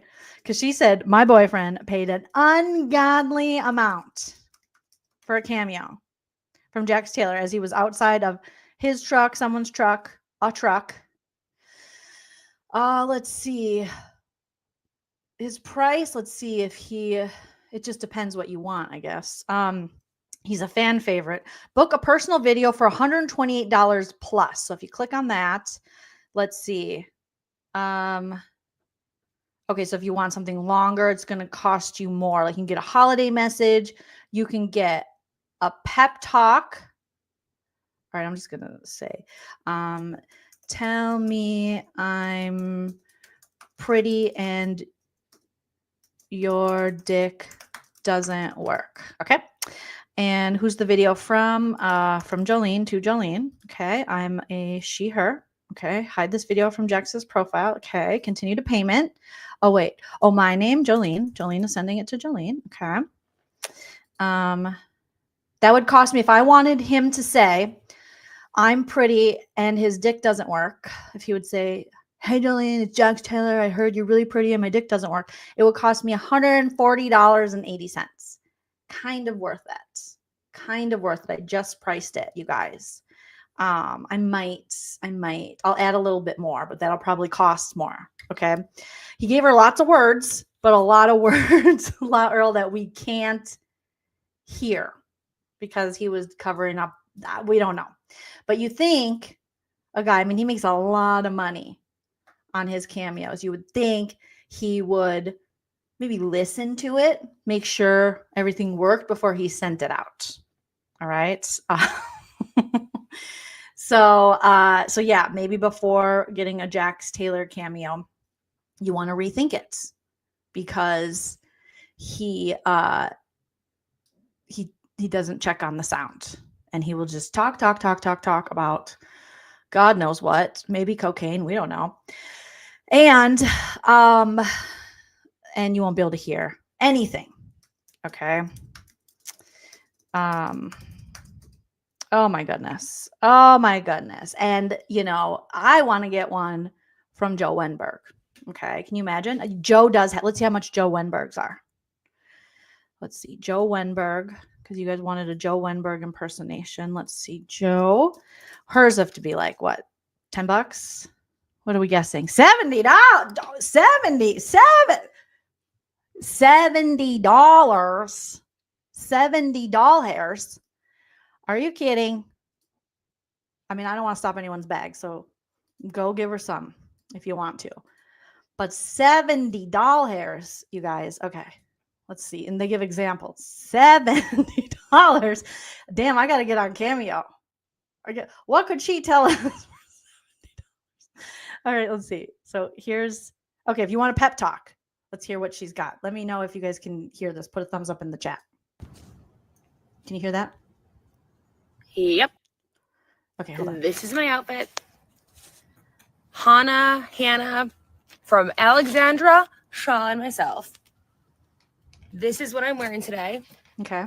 A sweater from Kohl's, a headband that I was using as like a, I don't even know. I was trying to use it as a headband, but I was like, but I was just like, it's not. And then I have a second one here. Being a hairstylist, you have to have extra headbands, and you absolutely, obviously, have to have extra like scrunchies and stuff. Anyways, it sounds, oh my God. This is probably why I was called a crackhead on national television, because you know what, Hannah? I'm just going to call you Hannah. When you are the only one on the cast that actually works a 9 to 5. This is a 7-minute cameo. Nobody wants a 7-minute cameo. And it's all just Joe being like, well, when you're the only one on the cast who works a 9 to 5. Oh my God, what is this? This is, oh my God, you guys, I have part of my eyeball is here. I'm just like, I don't even wear makeup. I'm on an national television show. I'm like wearing a shirt. Okay. I have a little bit like a spank top underneath because I'm like a normal everyday girl. Oh my God, I farted. Did you guys smell it? Can you smell farts through Cameo? Maybe you can. What is this? What is that? An eyeball? It's my eyeball. Oh my God, you guys. This is from Kohl's. Okay. And I like to go like this and go, I know, Schwartz, I love you. Please don't file a restraining order on me. It's just a thing that we did. Oh my God. But I am just, there's my cat. Oops, sorry, kitty. I put my feet on my cat because I'm just like quirky. I found a remote. What do you think it does? It's for a fan. Oh my God. Oh, what does it taste like? It tastes like plastic. It definitely tastes like plastic. Oh my God. I have a rock. Have you guys ever had a rock? I like to lick rocks. I talked about that already. Yeah, but okay. So Hanukkah, thank you so much for Hambone. Heather, is her name? Is it Hannah? I don't know. I'm just like, do you ever just go like this, like, and just like shake it out, and then you're like, my areolas are shaking. Oh my God, my vagina. I need to. Okay, so I like to air it out. Okay. Oh. Here's my dog. He has one eye. I'm going to rub the part where the eye is supposed to be really hard. Okay. Oh my God. I'm out of breath because I'm the only one on the cast who doesn't work out. Oh my God. What is that? It's an eyebrow. Okay. Hanukkah, ham. Okay. Halloween. Let me tell you, be yourself. You can't be anyone else but you. You can't do it. You can't be. Oh my God, I thought that was chips. I was like, I know I have Tostitos here, but it was plain exams. I'm the only one on the cast that eats. But yeah, you gotta just be yourself, and if sorry. Mask mandates. Anyway, what was I saying? Oh, you got to be yourself. So if you got a vag spread. You just gotta. Sometimes I just like to kick the lights. I'm legally blind and I drove here. I am not drunk, and I can see why people say I'm a crackhead, even though they shouldn't say that I'm a crackhead. I feel judged. I feel judged because I'm brave. And there's my dog. Let me grab him. Come here, dog. There's a dog. It's my dog. There's a puppy boo. Okay, we walk it down. Oh, there's another puppy boo. The puppy boo. Oh, don't show your lady bits on the TV. I was on an international show. Okay. Love you. Okay. All right, Hanna-Barbera. Good luck in life. Stay positive. And just, if you talk to Shorts, tell him to fucking call me. I'd like to talk because I'm normal. I'm from Wisconsin. Okay. So we got our Joe impression, but let's hear what else she had to say in this cameo because I'm kind of interested. Now my dogs are like, what is going on with mom? What is happening with mom? All right, let's listen. And you get a call from production that says, hey, we need you here. You ain't got no glam squad. You're not getting paid millions of dollars. So what I've heard is that no glam squad. You're like me, where it's like you work really, really hard, and your dear friend Alexandra was basically saying that we need to commend you. High five. What? Honestly. And also I like that you saw my authenticity on the screen. Your sweet friend was very authentic. Was basically I'll just sit like I did in my confessionals. Hey there, kiddo. Your sweet friend Alexandra was basically saying, like, she was saying that, like, it was impressive to you that I was taking time for myself. Oh my God, I don't even want to look at this eyeliner because I've been working all day doing hair. Oh Lordy. And she was saying that. Thank you, husband. She appreciated you about me, about being authentic and like showcasing like everything like that. Well, it sounds like you're very similar to me. I'll tell you. So today, I got a death threat that said that they wanted to cut my toes off, shove them up my nostrils, and then give me a lobotomy. It was. I'm sorry.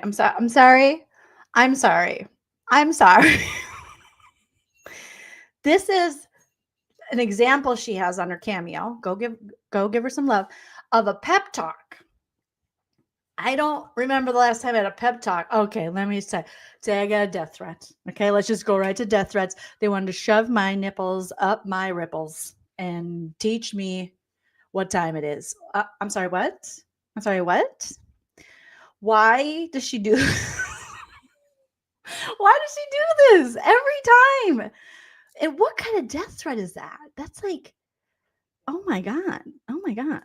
Okay. About me, about being authentic and like showcasing like everything like that. Well, it sounds like you're very similar to me. I'll be right back. I'll tell you. So today, I got a death threat that said that they wanted to cut my toes off, shove them up my nostrils, and then give me a lobotomy.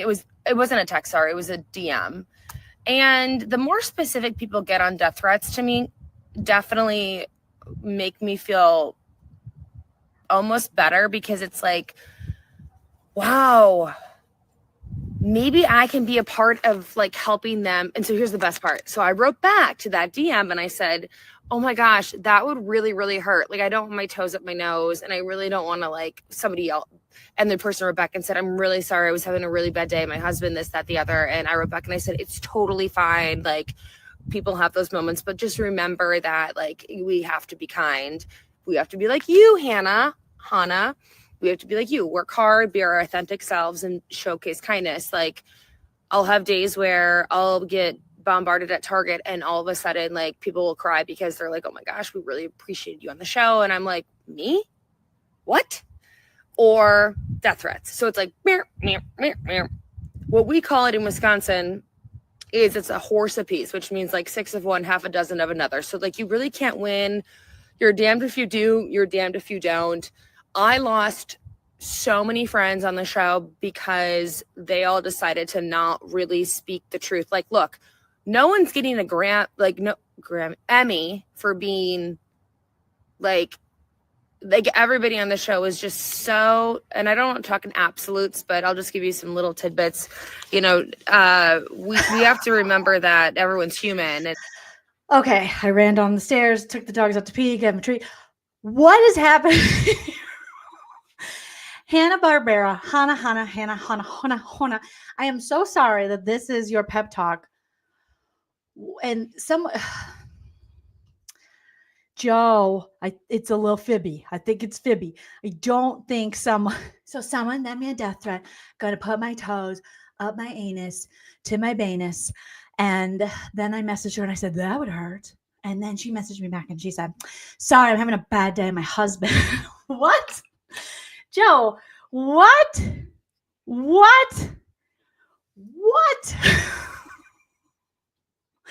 This is crazier than I could have imagined. And this is the example. Like, hey, you want to see what you'll get when you sign up for my... Someone tell Christina Coco to get on this. Where's Christina at? Is she aware that these exist? Oh my God. I lost so many friends on the show. How is that going to be helpful? Listen, I'm here to pep you up. Very sorry about the diverticulitis, but I've lost so many friends on the show. I've gotten so many death threats. And as they say in Wisconsin, to each their own. It's all good, butterface. It's a butterface moment. You know, like it's all good. Butterface. She's got a butterface. It's what we say. It's the dairy state. What are you talking about? Because they all decided to not really speak the truth. Like, look, no one's getting a Emmy for being... Is this like a pep talk for Vecna? I think it is. Like everybody on the show is just so, and I don't talk in absolutes, but I'll just give you some little tidbits. You know, we have to remember that everyone's human, and people like you and myself are working hard. And I honestly was the only one that was on, like, working a 9 to 5. I was also the only one that was, well, last season dumped on international television, unbeknownst to myself. National television. How do I get through it? How do you? Honestly, people like you. I know that sounds so shallow, but it's really, really wonderful to know that, like, I wasn't quote unquote crazy. I was probably one of the only ones that didn't do drugs. Call me neurodivergent, call me a crack. What? Did the other cast members know? In her Cameo examples, she's accusing you, basically all of you, of drug use. She says, I was one of the few on Vanderpump Rules who wasn't doing drugs. In her Cameo examples, in her Book Me for a Video, she's accused her cast members of being on drugs. Do they know this? Could call me national television, unbeknownst to myself. How do I get through it? Oh my God. Honestly, people like you. I know that sounds so shallow, but it's really, really wonderful to know that, like, I wasn't quote unquote crazy. I was probably one of the only ones that didn't do drugs. Call me neurodivergent, call me a crackhead, call me, but I will stand by my work ethic and my love for my dog and the love I had for Tom Schwartz, T-Money. He was like my favorite person, but sometimes people can get in their ear and just... So for my advice to you is, between myself and Alexandra, we want to both tell you and commend you. Applause. Is that Lady Gaga? I don't remember who it is. Whatever. Anyways, you're golden. Harry Styles. What's a Bieber? Let's think of a Bieber song that's perfect for you, because I love Justin Bieber. Baby, wow, I can't even think of one at the moment, because in my mind I'm thinking, Mama don't like you and she likes everyone. And I never like to admit that I was wrong, but I get so caught hey, in my job. I know what it is. I'll Show You. It's called I'll Show You by Justin Bieber. I'll show you. because you're going to show everybody how good you are at how you work. Your friend Alexandra, of course, already sees that. You see my terrible eyeliner, don't know how to do makeup. I can do hair. And she wants to commend. What? See, I also have a very hard time speaking because my brain works faster than my mouth. But it's, again, being authentic. I have a very, very solid relationship with the cast or the crew and like the people in production and a couple of people on the cast as well. But you mean the ones you just accused of being on drugs? Okay. If I could tell you anything, advice, opinion, or to listen, I think at the end of the day, beginning of the night, at least you didn't get broken up on international television. So keep being you. Please email me at info@shopjoleenreacts.com if you. While she's promoting her store and her product, shopjoleenreacts.com. Email me at shopjoleenreacts, not my Gmail. Email me. I'll tell you more about who's doing drugs and sell you a really comfy set. Need anything? I mean, that's where. If you need anything, what are you, girl? She needed a pep talk and you didn't give it to her. You gave her a whole therapy session for yourself. It was like pity party city. You can absolutely actually directly connect with me. You can DM me on this. Follow me on Joe My Gosh. How does she get through? Can you imagine if a bunch of people requested cameos? It would take forever. There's not enough minutes in the day for this kind of cameo. We still have a minute left. I always have just like the biggest heart for people who really actually do care. Cameos, like, wrap it up. It's way too long. And we need more people like you in this world because it seems even Cameo's giving her the light going. We got to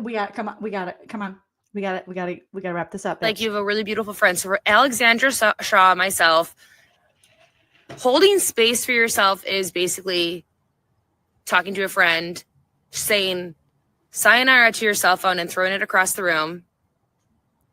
Do not disturb or do nothing. Oh, my brother is walking over here because I'm visiting Wisconsin, and he just goes, "Hey, kiddo." And that's another thing, family and friends. You can put your head in your pillow at night and go, like, "Hey, kiddo, you're supposed to be in the hospital. The hospital's waiting. They're on a visit. It's family day." Oh, but she just pooped. You keep working hard, kiddo. I'm going to think about you. And don't look at my eyeliner. And I really appreciate you.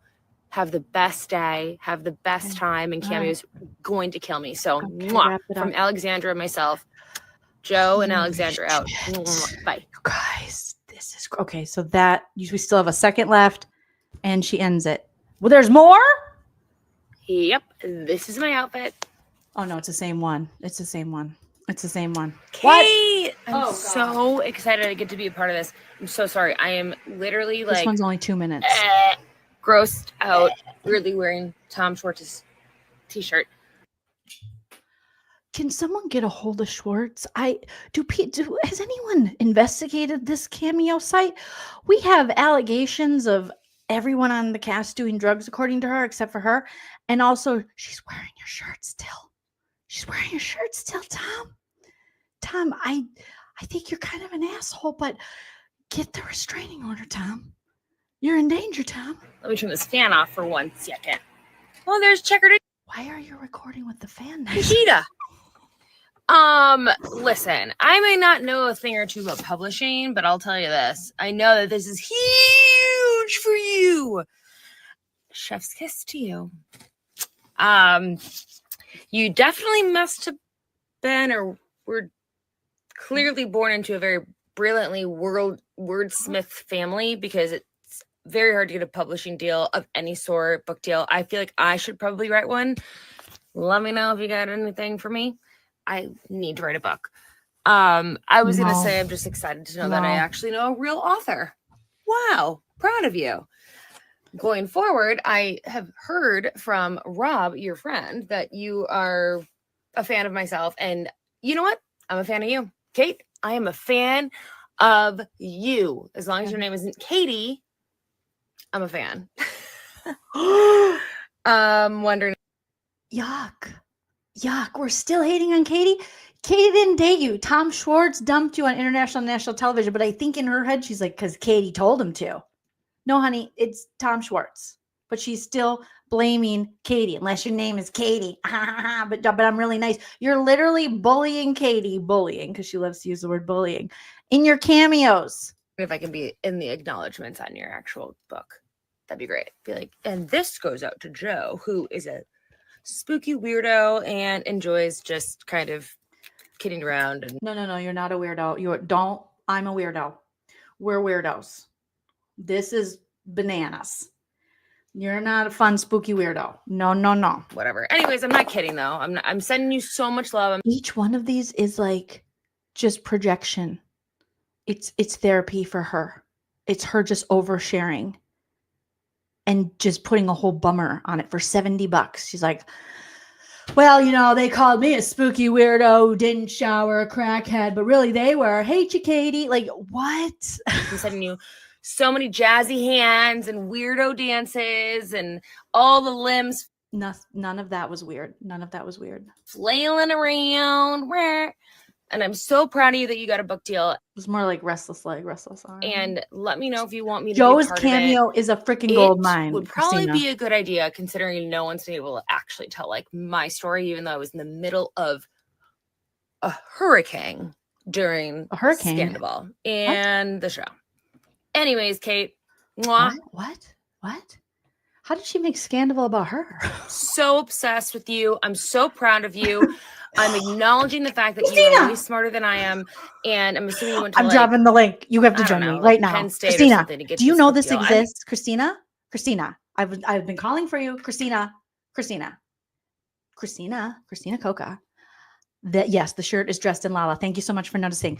Me and Christina love dressed in Lala, and she has the cat dress, and I have the cat pantsuit. Okay, Christina, what have you checked out the Cameo, Christina?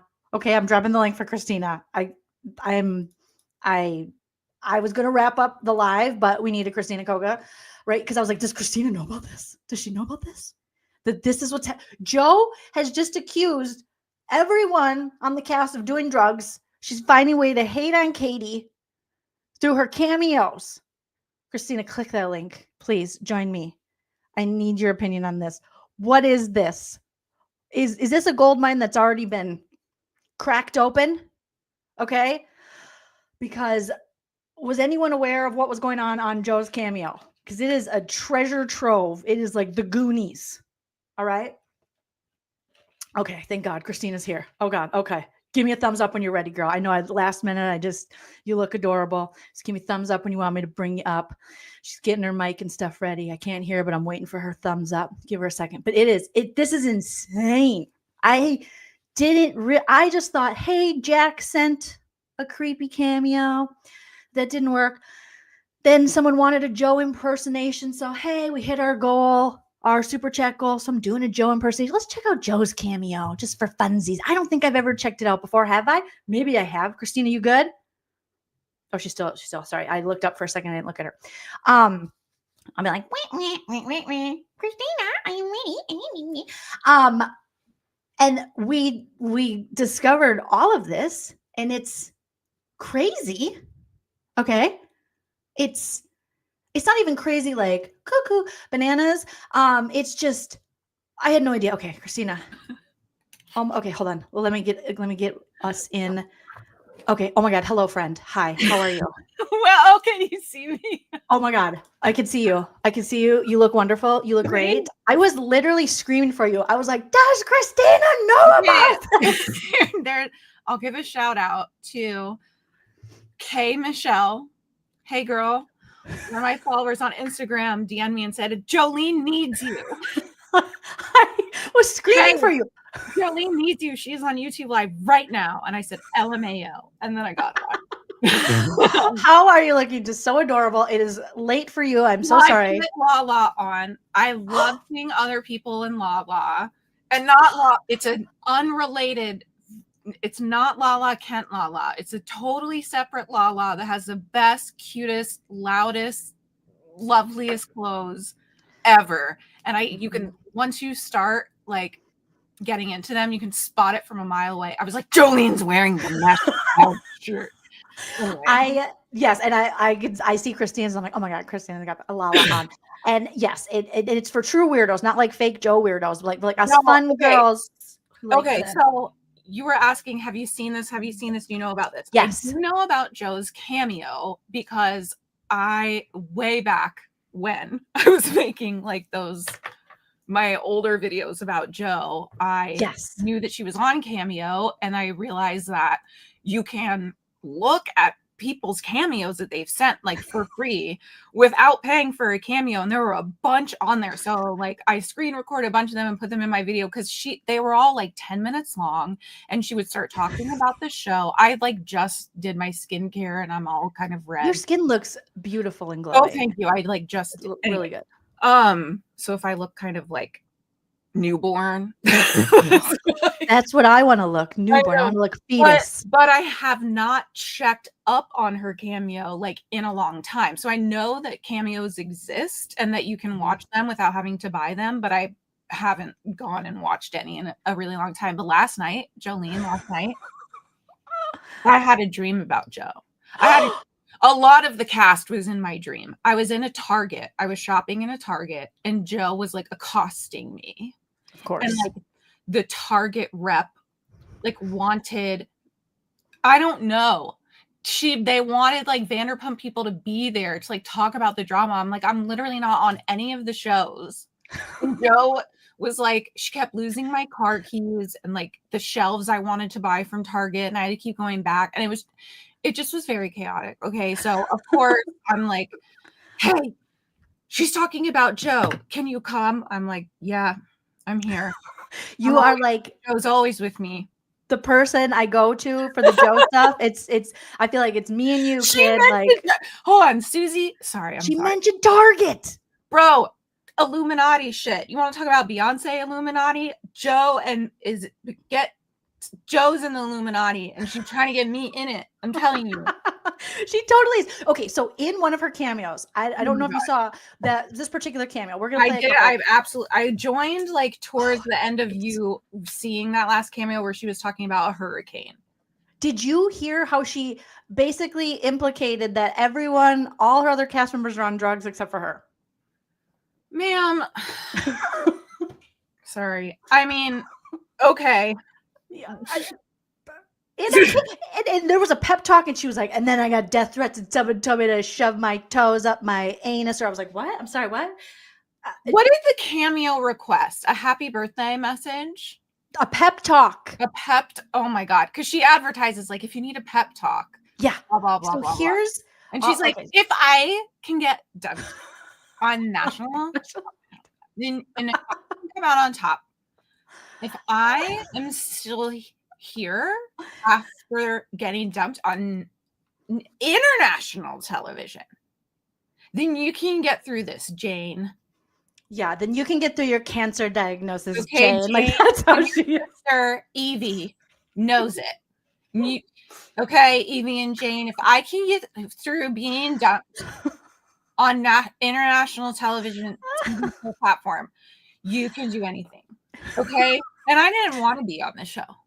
I don't even know. I didn't want to be on the show, and I'm from Wisconsin, and the producers were like, I would sit like this, and they were like, whoa, you're so funny. And I was like, yeah. Sitting like this. Yes. Trying to answer questions. And so I'm a Wisconsin girl on international television. Ma'am, what the literally snot out a whole like snot bubble. Oh That's God. So Joe. That's so Joe. Chrissy, thank you for becoming a member. Okay, so this. Okay, let me put it up here. So this, what did she just say? Let me rewind it just a little bit. So this is supposed to be for. I'm gonna put concealer on if I'm on. Yeah, do what you got to do. Let's just listen. I didn't know. But it's an excuse to show my really pretty makeup brush, which I saw in like some kind of like influencer drag TikTok. And I was like, oh my God, I have that brush though. Because look at how cute it is. Oh, that is really cute. Where's it from? I know. Thank you. I don't know where it's from. My friend gave it to me. Oh, I need a friend like that. Not like Joe. Okay. She was like an aspiring makeup artist, like for funsies. And then she was like, fuck this. And so she was like, hey, I have all this stuff that I was using when I wanted to be a makeup artist. Give it to me. And so, yeah, she's pregnant now with a boy. Aww. But she was like, slightly for a minute temporarily disappointed about. Yeah. And I was like, if it helps, like, we really need good guys. Oh, well, you could tell her if Joe can get through an international national breakup, you can get through the birth of a son. No, well, she's having a married. boy. Like, they've been trying. It's my friend Jasmine who lives in Austin. And she put it on her feed today. So I'm allowed to like say that she's pregnant with anybody. Congrats, Jasmine. Don't get a cameo from Joe though. No, she doesn't even watch. She doesn't even know. She doesn't even know. All right, let's play some of this, Joe, then we can hear what she said. That'd be great. Can you hear this? And this goes out. Yeah, to I can. Joe. Okay. Is it echoing or anything? Going forward, I have heard from Rob, your friend, that you are a fan of myself. And you know what? I'm a fan of you. Kate, I am a fan of you. As long as your name isn't Katie. Oh my God. Get over that, right? What? God. Oh Ma'am. my God. Okay. I don't know what I'm in for. I'm ready. Let's go. Yeah. Oh my God. I'm wondering if I can be in the acknowledgments on your actual book. That'd be great. Be like, and this goes out to Joe, who is a spooky weirdo and enjoys just kind of kidding around and whatever. Anyways, I'm not kidding though. I'm sending you so much love. I'm sending you so many jazzy hands and weirdo dances and all the limbs flailing around. And I'm so proud of you that you got a book deal. And let me know if you want me to be a part of it. It would probably be a good idea. I'm happy you got a book deal. Let me know if you want me to be a part of it. What? What? What do you be a part of? What? The book. Someone's book that you don't know? She wants an acknowledgement, she said. She said, let me know. And then she tells people, you can message me, you can call me, you can text me, you can send me a letter. Here's my address, here's my phone number, here's my blood type. Is remembering the like Billy Lee podcast saga where she was like, well, my car broke down yesterday. So where she like threw that in at the very end. And was like, well, my car broke down yesterday. So like whatever with the show is like down the road. And I was like, no pun intended. Right, girl? Anyway. Oh my gosh. Okay, I feel better now. She wants to be part of it. Considering no one's been able to actually tell like my story, even though I was in the middle of a hurricane during a hurricane and the show. A hurricane. Anyways, Kate, so obsessed with you. What is Katie's book about? And why would she write a Joe Hurricane chapter? What? Her story needs to be heard, Christina, because during Scandal, she was going through a hurricane. Ugh. It's very important. You don't understand. Okay. I feel like now I'm like red carpet ready. You are red carpet ready. I love it. I'm so proud of you. I'm acknowledging the fact that you are way smarter than I am. And I'm assuming you went to like, I don't know, like Penn State or something to get this book deal. I don't know why I went college to like the fact that you were just crushing. I know, like, That's life, but Penn State is what you pick. I'm so sorry. No offense to anybody who went to Penn State. But if it's like, I mean, I like you would think you'd be like, I assume you went to Harvard if you got this. Yeah, you went to Stanford as like some kind of like, you know, Penn State. I'm assuming you went to the University of Minnesota Duluth. I'm assuming UMD. Go Bulldogs. I'm assuming you went to UW River Falls. Central Florida. A lot of my friends went there and they don't have book deals. So I bet you know them though. But she wants to be a part of it. Oh my God. Yeah. I feel like I should probably have to write a book at some point because I've seen it all and it's not what it seems. Oh, but we keep our lips shut because we have our own lives. Anyways, Rob and I wanted to say congratulations and great name, by the way. Kate is my sister's middle name and Rob is my dad's name. So I love you both. Congrats. She's just doxing herself, doxing her whole family. I mean, but also she's like, great name, by the way. Kate. Kate. What I love it. I'm so honored to be the person. Okay, wait. This. The short hair, I have to just point out because she was like celiac disease. Yes, I saw that. Or whatever, like forever ago.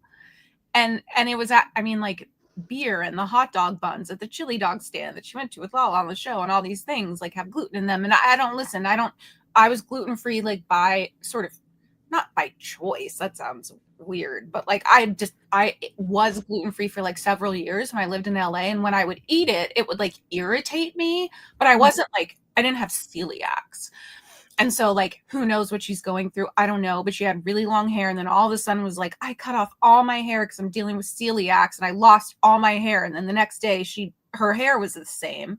And so, oh, thank you, Laura. Thanks, everyone. And so it was very like confusing. And then she mentioned it in the last video that I was watching of her, the last live that I had seen, because people have to send it to me because she's I know she unfollowed me after she love bombed me. She unfollowed me, but she has not blocked me yet. Yeah, she blocked me in like the period where like I think she just blocked every creator who has ever like talked about her or whatever. But then just one of my followers was like, I remember a long time ago, I noticed that her dog Checkers followed you. And she went to go check and check that Checkers. She was like, he still does. And I went and I was like, oh my God. So I posted about it. Obviously, and I sent it to you, and it was like, Checkers follows both of us, I think. Does Checkers follow you? I don't know. Anyway, but still follows me because she definitely stopped when her little manipulation tactics. I don't think she ever followed me, but she blocked me. But like Checkers, that's weird. Anyway, whatever. I didn't do anything about it. I'm sure he still does. Hey, Checkers, love you, babe. Hey, Checkers. He is my favorite part. I What's know his name? Oh, Joe My Checkers. Okay, Joe My Checkers. Yeah, Joe My Checkers. So, that's all I was gonna say. Well, just okay. She's mentioned. Oh, sorry, the celiac thing. Then she like mentioned it randomly again, and that whatever still follows you. Recent Checkers. Shout out. Checkers doesn't follow me, and I was doing lives about justice for the GoFundMe. That's so rude, Checkers. Anyway, I don't know what's going on with her celiac. I'm not gonna like say she does or doesn't. It's just like your hair. I'm sure she just had extensions, and that's totally fine, babe. Yeah. That's cool. But and I think she looks cute with the bob. I like her short hair. Me too. Like, I like it because she's cosplaying way too hard as the actual hairstylist for Aaron Rodgers when she has long hair. She literally, that girl looks. They look exactly alike. Exactly alike. You guys, if you don't know, there is like people are claiming that, you know, because she's in love with Aaron Rodgers. Aaron Rodgers has his hairstylist, his person. I don't know if she still is, but Joe, basically there's allegations that Joe tried to like look like her, tried to. So Joe was like, I'm on one of the podcasts. I'm sorry, I'm interrupting you. No, explain it because that's all I know about it. I know I talked about it, but I forget. On one of the podcasts that she did in her initial little like post-show, whatever, podcast run or whatever, she said something about being, or no. I stand corrected. Kristen Doty said that Joe touted about herself that she did Aaron Rodgers' hair. And Kristen was sort of like saying all the things that she, as far as she was concerned, knew about Joe, etc. when at the time that she was like friends with Joe or whatever. And Aaron Rodgers' hairstylist, I forget her name, I'll look it up, but Aaron Rodgers' actual hairstylist is not Joe. And looks exactly Rihanna. Her name's Rihanna, but with a W. RIAWNA. Rihanna.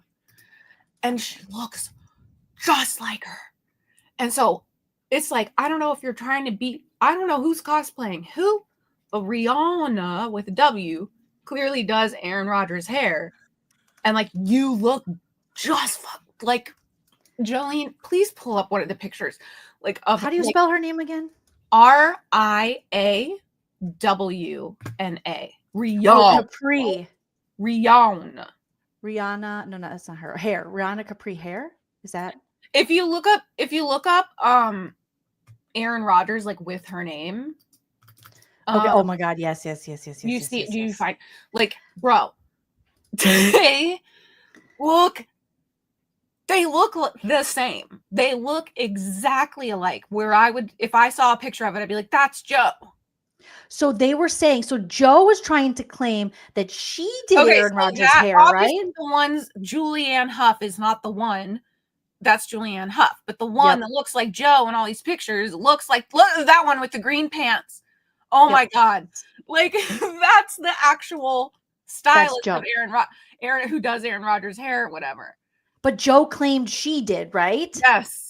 And maybe she did one time. Maybe she didn't do his hair one time. I don't know. But weren't they saying that she might have based like her whole look on that? Bro, isn't that so fucking weird, you guys? Like, they look right there. Look at that figure.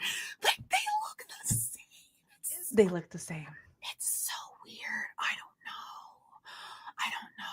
I know there was even more to the story that made it weird. I don't remember. It's been a while. I'm a little fuzzy on my Joe. Me too. You know, it's been a while. Joe lore. I think that is the most detail I had into the situation, though, is that there was that actual person, and then there was Joe, and what I'm sure that they had some actual connection, but I don't know, like, specifically what it was. That's what I don't remember, but there was something. It's not like I'm forgetting some major plot point. Like, they're actually long lost twin sisters, and they blah blah blah, and they were separated at the hospital, and they reunited over the barber chair. Like, I'm not forgetting that. Not the barber chair. No, we had the same client. He booked. Haha. Hey, girl. I don't know. But I remember it was weird because there was almost like she was claiming and trying to kind of be like this, or trying to be his next hairstylist. And it was just, there was some weirdness in Kristen Doty. It came up at some point, like, because I didn't post pictures of that woman, Rihanna. I didn't get into that because I was just like, allegedly Joe said to someone that she did Aaron Rodgers' hair. And then Aaron Rodgers' hair woman looks like this. So it was like there wasn't like much meat to it, but it's like really fucking hilarious if you just look at the pictures. But I'm like, there's not that much. I'm not gonna, we're not gonna do a deep dive into it unless the lady comes forward and tries to get like an RO against her. Then maybe it would warrant. Yeah, Rachel Sheena style TRO. We'll see. All right, let's see what this one says with her bob. I'm gonna get my water because this was very last minute. So I'm just gonna turn my camera off really quick, but I'll be right back. No worries. Michaela and myself, Joe. Hi, your birthday is tomorrow. I wanted to just also so this is a birthday wish. It's a 5-minute and 14-second birthday cameo. Showcase to you how excited I was to do this because I'm gonna throw Michaela under the bus a little bit here, but that's what a best friend's for. She told me that not a lot of people like you. Not a lot of people like me either. So look. I'm sorry, what? That's part of the birthday wish? That a lot of people don't like her? Did she just give a birthday wish and go, I'm just going to say something. I heard not a lot of people like you. Oh my God. What I have set up. I'm sitting here like this with my little shoes, and I have a little da-da-da for you. So I'm going to read this. Yeah, I'm sitting on the side of my parents' house. I fly out tomorrow to go back to Los Angeles. But I felt this was so special, and I had to do it. First and foremost. I mean, her parents won't even let her record in the house. They're like, get that crazy. My sweater got caught on my door handle, and I like got flung back out of my room. That's all. Okay, go ahead. She has already told this woman who she's given a birthday wish to that I heard nobody really likes you. Oh, and now, said, whoa. I gotta hear this. I refilled my fucking cup. What? She's outside of her parents' house. They won't let her inside, allegedly. I heard the outside my parents' house part. Hannah, I'm so honored to be the person to give you this freaking cameo. This is from Michaela and myself, Joe. Hi, your birthday is tomorrow. I wanted to just also showcase to you how excited I was to do this because I'm going to throw Michaela under the bus a little bit here, but that's what a best friend's for. She told me that not a lot of people like you. Not a lot of people like me either. So look what I have set up. I'm sitting here like this with my little shoes, and I have a little da-da-da for you. So I'm going to read this. Yeah, I'm sitting on the side of my parents' house. I fly out. Happy birthday, bitch. Everybody hates you. No. I look like a condom, and I don't care. It's like the right look for this. What? I got a little da-da-da. I heard that you're hated, so am I. Back to Los Angeles. But I felt this was so special, and I had to do it. First and foremost, I'm going to give you my promo code. What? God, I suck. For Mom what, girl? 30 Website? for. Oh my gosh. Chat. They come in black and pink and gray too. Anyways, What? from Oh my Michaela gosh. and Joe. What the fuck? I want to wish you a happy 26th birthday. Your friend was on What it to age? give the 26? best birthday wish ever by asking me on Cameo to wish you a happy 26 years old. Nobody likes her, and she's gonna give her a promo code for Shop Joe. My gosh, she doesn't want that. I just know. I might be 44, but I want to get on Cameo just to like send a message to this girl and be like, don't worry about that. Don't even sweat it. We want to send this girl. My Cameo is 50 cents. I'm so sorry about her. How do I find? I would like to pay to send you a Cameo to let We you know need that to find all this of your friends like you. Whoa! Oh, Tom Sandoval just joined Cameo, by the way. What's he charging? Like I wonder. $150 or something. Joe's are 70, or they were the last time I checked. And Sandy was not on there. Yeah, Joe's are 70 like just now. because he needs that money. So well, he's doing Vanderpump trivia, and I don't know if you saw, but Victoria went live tonight while doing her makeup, and he was in the back like. Did he ask for? Do you have a you know what again? He literally said, "Do you know what I'm talking about?" He was like, "You have where are the you know what's?" And she was like, "Eh." It was like the live right before they like broke up or whatever. Oh, I have that one, and I was going to go over it, and I never did because I think she was talking about where she wanted to get married or something. Yeah, she was like, "I'm gonna get married in Vegas, and I don't even need to tell you guys. I'll show you. We're in Chicago." And then like in the back, he just was like, "Hey, do you have the you know what? What's the you know what? I don't know, probably some, rugs. Yeah, rugs, so allegedly. I don't know." And then the next day, she was like, "He loves the best friends. I feel like a fool." And then the next day was like, "I am so sorry about that. I am totally kidding. We're in love." Like, so she's like, "You guys were right." And the next day she's like, "Yeah, you're wrong." I got confused. So whatever. Oh I don't know. God. But no, I have not seen any live since that because I'm blocked by him now. Christina, everybody's I know, I love that they don't know who I am or anything about me, so they're not blocking me. Here is what I do know is that I know that they know who I am and that they think I'm like nuts. Which totally fair. If I saw someone who made a video about all the different ways that I cry, I would also that person, that's art. That is I would art. also think that person's fucking weird. Okay. So, that's fine. I don't judge that. I am a little, I get it. If I saw that, I would think I was nuts too. Yeah. But I mean, in like the best way possible because it's art. You're making art. So he should be happy. I know that they know I exist and that they think I'm insane. And that's totally fine with me. Yeah. Because we're just. Because I am a little, Well, everybody. And also, sir, you do the hand wipe, the hide and seek, the hyperventilate, and the turtle. Okay?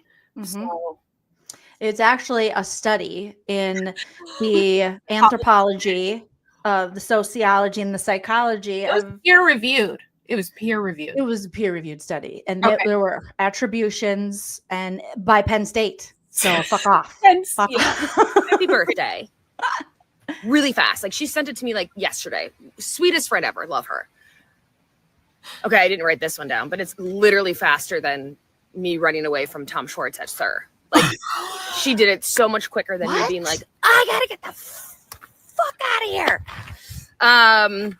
Okay, so then I also wanted to that's a spider. Nope. Okay, let me start over. Yeah, start all okay. Not doing it anymore. What was that? Her notes? Actually, you were the first one that yes. Anyways, bleh. happy birthday. You are Oh, going to be, Jesus. I guess, 26. I'm Yep. 36, so love that. You also almost share a birthday with T-Money, so Oh, that Jesus. sucks. Just two references.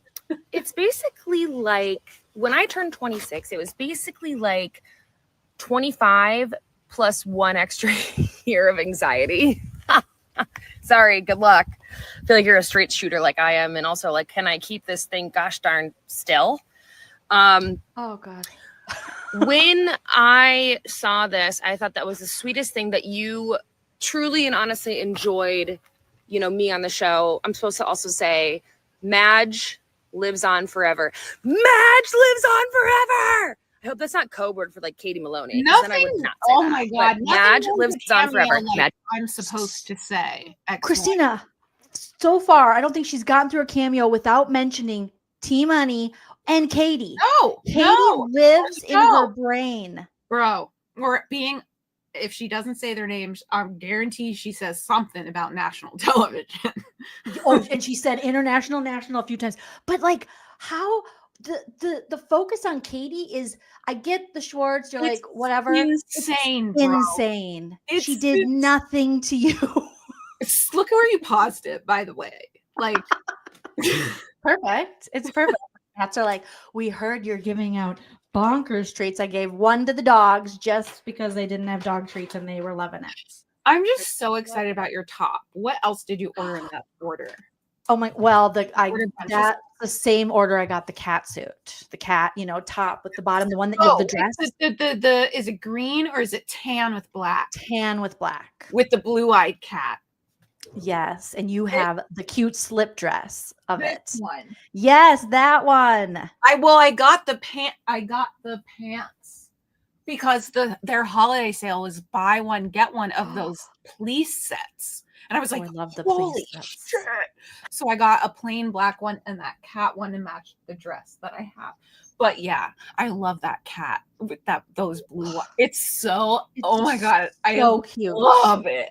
I love it. And the pants are super comfy too. They're amazing. They're amazing. I know. Now I want to go buy everything there. I need to like. Bronwyn, apparently in one of her confessionals, was wearing this dress. I saw that. I was like, I have that. Oh my God, I'm so cool and rich. Do you have a sponsorship with them or a brand? No, you should. Reach out. I don't. You reach out. You have enough followers to get that. I'm not there yet. I don't know how to do that. It's so out of my like realm of, of stuff of being like, hey, I'd love for you to pay me to promote whatever, because it's just never like what I've done. I'll try, but I've got to be their number one fucking customer. I have got to be in their like top 5. And you could do fun little videos where you're putting on the stuff and looking all cute and you get free clothes. Pamela, the name of the brand is Dressed in Lala. Lala. Dressed in Lala. Lala. Mm-hmm. Bro. And they just put out denim. They're really wide that I'm like into, but I think they're like Jinko energy. It is. It's a very wide. But but yeah, you get lost in it. Half of this, the whole, I fucking love their clothes so much. They make they're flattering, their quality, they're like legitimate, sort of like they're hefty, unique, not hefty, because some of them are really light. The mesh are really light, but they're just like the materials are. We both also have the kitty titty t-shirt. Oh, I have that. We both have that t-shirt too. MFEO meant for each other. It's just like you can barely see them. Yeah. And then on the back it says meow. Meow. It's like a boxy little fun. And then I also have, here's the other one. Do you have the dog one with the little dachshund or dachshunds? Yes, I do. Oh, you have the deer one. The fawn. Too. I want that one. Please be nice to me. Cries easily. Oh my God, that's the one I want. I hope they still sell that one. They do. They have all this. And then I got this one. Blessings on your way. Dressed in Lala, here is your commercial. Give Joleen and Christina all the monies and the clothes. Okay, anyway. Let's go back to back to Joe, but dressed in Lala, if you're watching, give us all the clothes and all the money. I just live on forever. Madge lives on forever. Who's Okay. Max? Done. What? Now let's get to the real juicy shit. She don't know. You're turning Pamela, 26. they're No not one crop. likes you. They're not Bullshit. Fuck Sorry. off. They're like, wait. You're amazing. I mean, you saw me on TV, Hannah. National? And I got ripped. I got dumped when I didn't even know I got dumped. The girls kind of came around after, which was really nice because I think that they obviously clearly have no sense of judgment of any sort. Like, everyone shut the fuck up and calm the fuck down. What? But they're so... I just think the girl... Isn't this someone's birthday? Bro, Shut the fuck up. Calm the fuck down. It's like, ma'am, you need to record this separately. And like, wait, you need to just record these on like your front facing camera and do like drafts of your cameos, because some of them are going to be like, maybe I should like save that for my therapist. And then after a couple of drafts, you get to the sensical, like, hey girl, like, your friend, love you guys, love that for you. She doesn't know what a drafts folder is. She's just raw dogging it. She is raw. Lexi says, where are her parents? Cameo. Her parents have clearly locked her out of the house. They said, you get no chair in the garage. I'm just chilling in the garage. You can't go on the patio. You can't use any of the chairs. I doubt they even let her stay in the house at this point, because it's always next to this brick wall that's allegedly her parents' house. Or are you just making this up?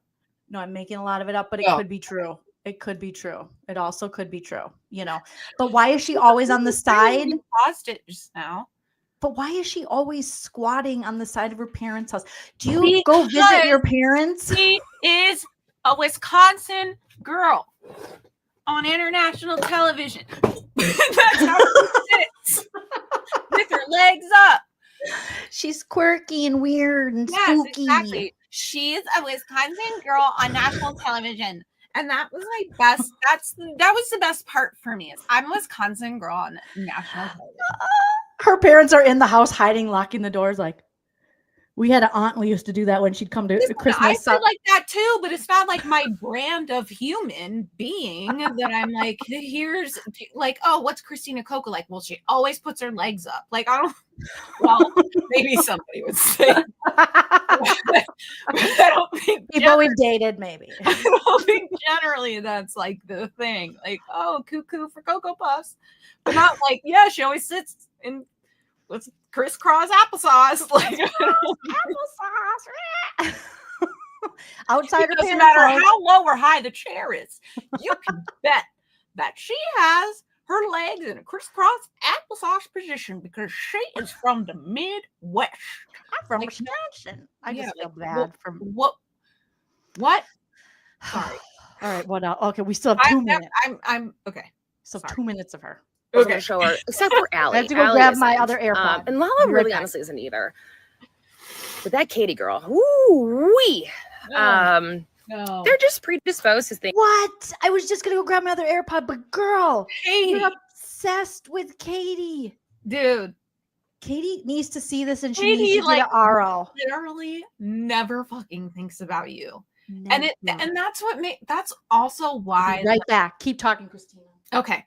That's also why, like, at some point, I mean, it's my Joe arc, which is like the reason I waited so long to make any content about Joe, and why I was like, I don't want to make any more content about Joe after whatever content I made, because it's like, it gives me anxiety.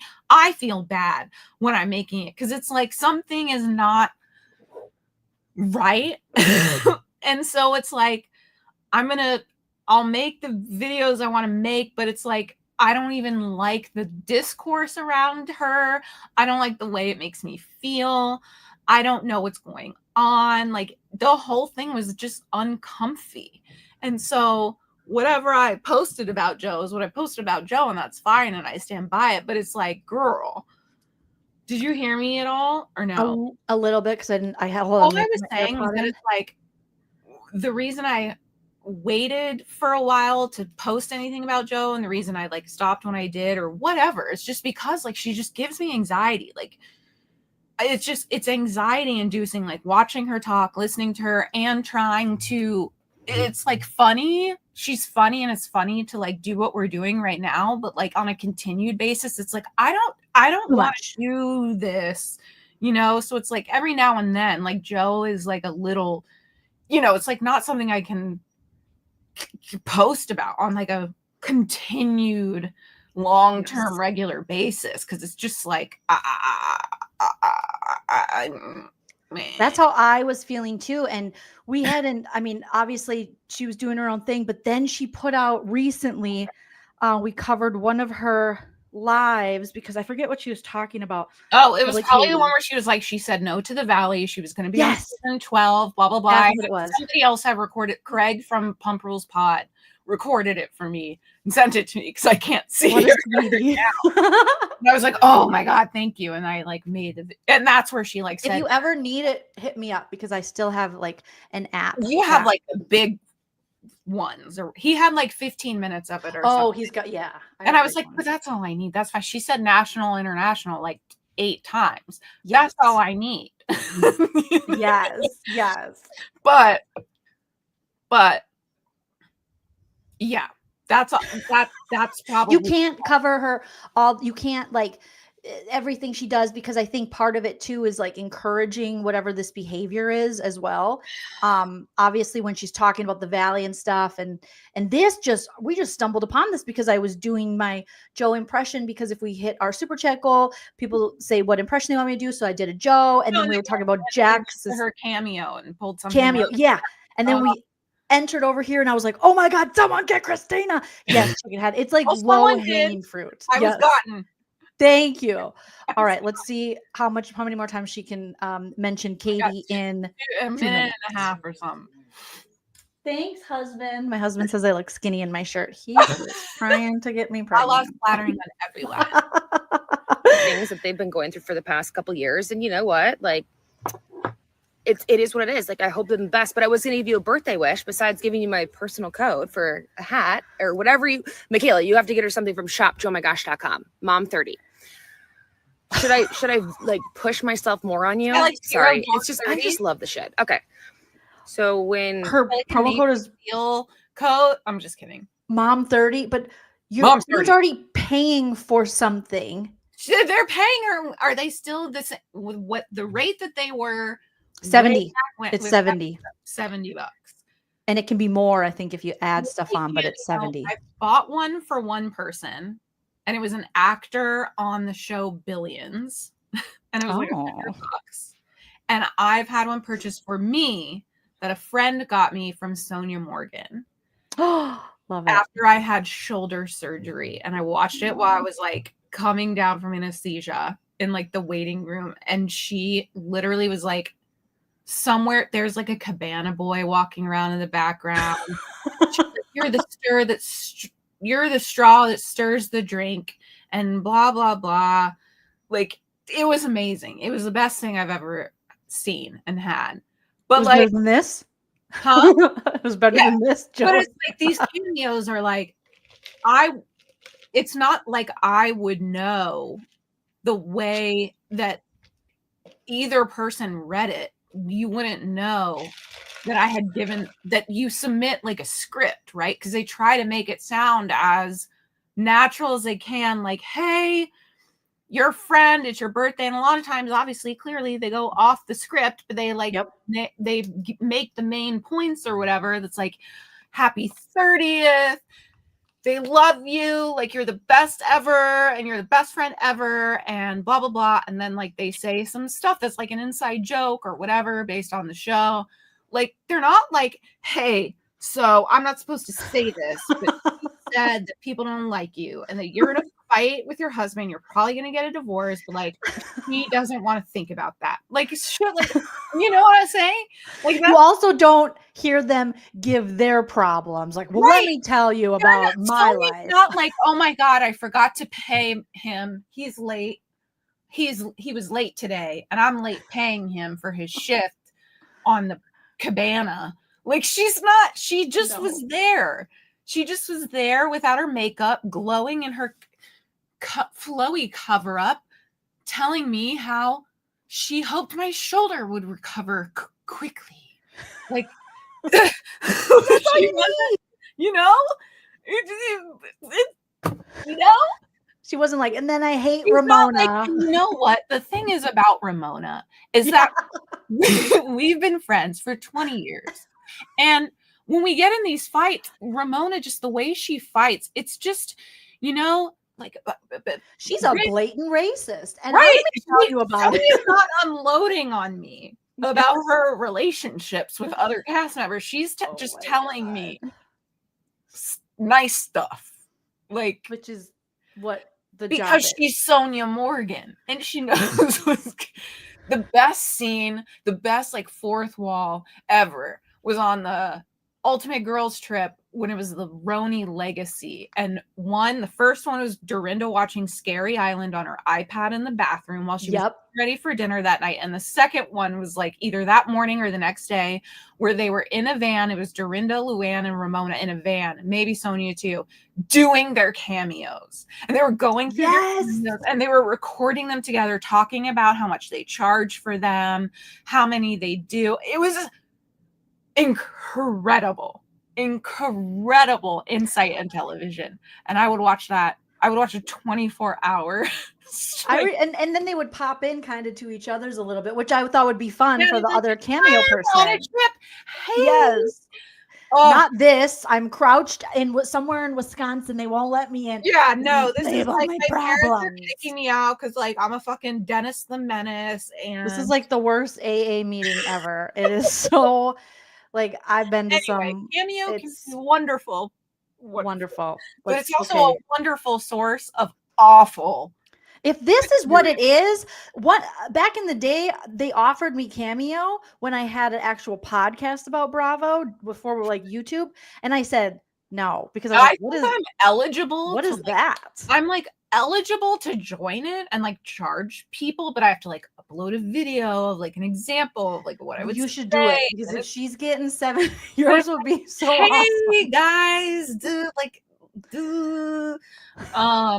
but you like, that's why I'm fascinated. The thing about Sandoval being on it is like, she's fuck. Can you imagine the stuff people are like, hey guys, I'm like total piece of shit, bro, man, I hate my girlfriend Victoria. Like the stuff they're gonna try to get him to say, like you have to police like the stuff people want you to do. So I don't know what kind of shit flies through their inbox, but I think she's just shucking. Rachel's 219. Where do they? Okay. Oh damn! I'm gonna get on Cameo for $9. You better get on Cameo. $9, and I'll say whatever you want. Just kidding. I absolutely will not do that. I'll get on Cameo for like $3, and I will not say anything you want. I'll get on Cameo for $70 and pretend to be Joe and take her Cameo. Yeah, no 65. Joe impersonator. That's what we are. I don't think you care, but I'm going to give you some fun birthday little tidbits. Okay, so when Schwartz and I were living together and dating, we would find animals. And by animals, I mean bugs. This is why no one likes me. Oh my God. We find bugs, like beetles, beetletons. We named them after his triplet brothers, but we found this praying mantis, and he would always call me a praying mantis because I'm always like, wait, aren't those the one that have sex with? They like eat the person they want to bang or whatever. They kill you after they have sex with you, they're right? Like sexually violent praying mantis. I think isn't because there was an episode of Buffy the Vampire Slayer where I don't know was a praying mantis. I would have to like here. I'll look her head off. Mantis sex.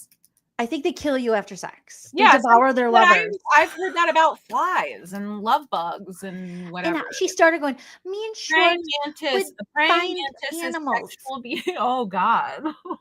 Oh. Don't they like chew your head off or something? Yeah. They decapitate you. You. For sexual cannibalism, where the female often eats the male's head during or after mating, sometimes Hell yeah.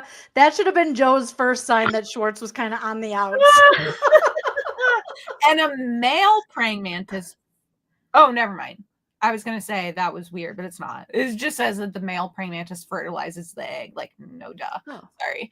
I thought it was the other way around. I was like, whoa, scientific marvel.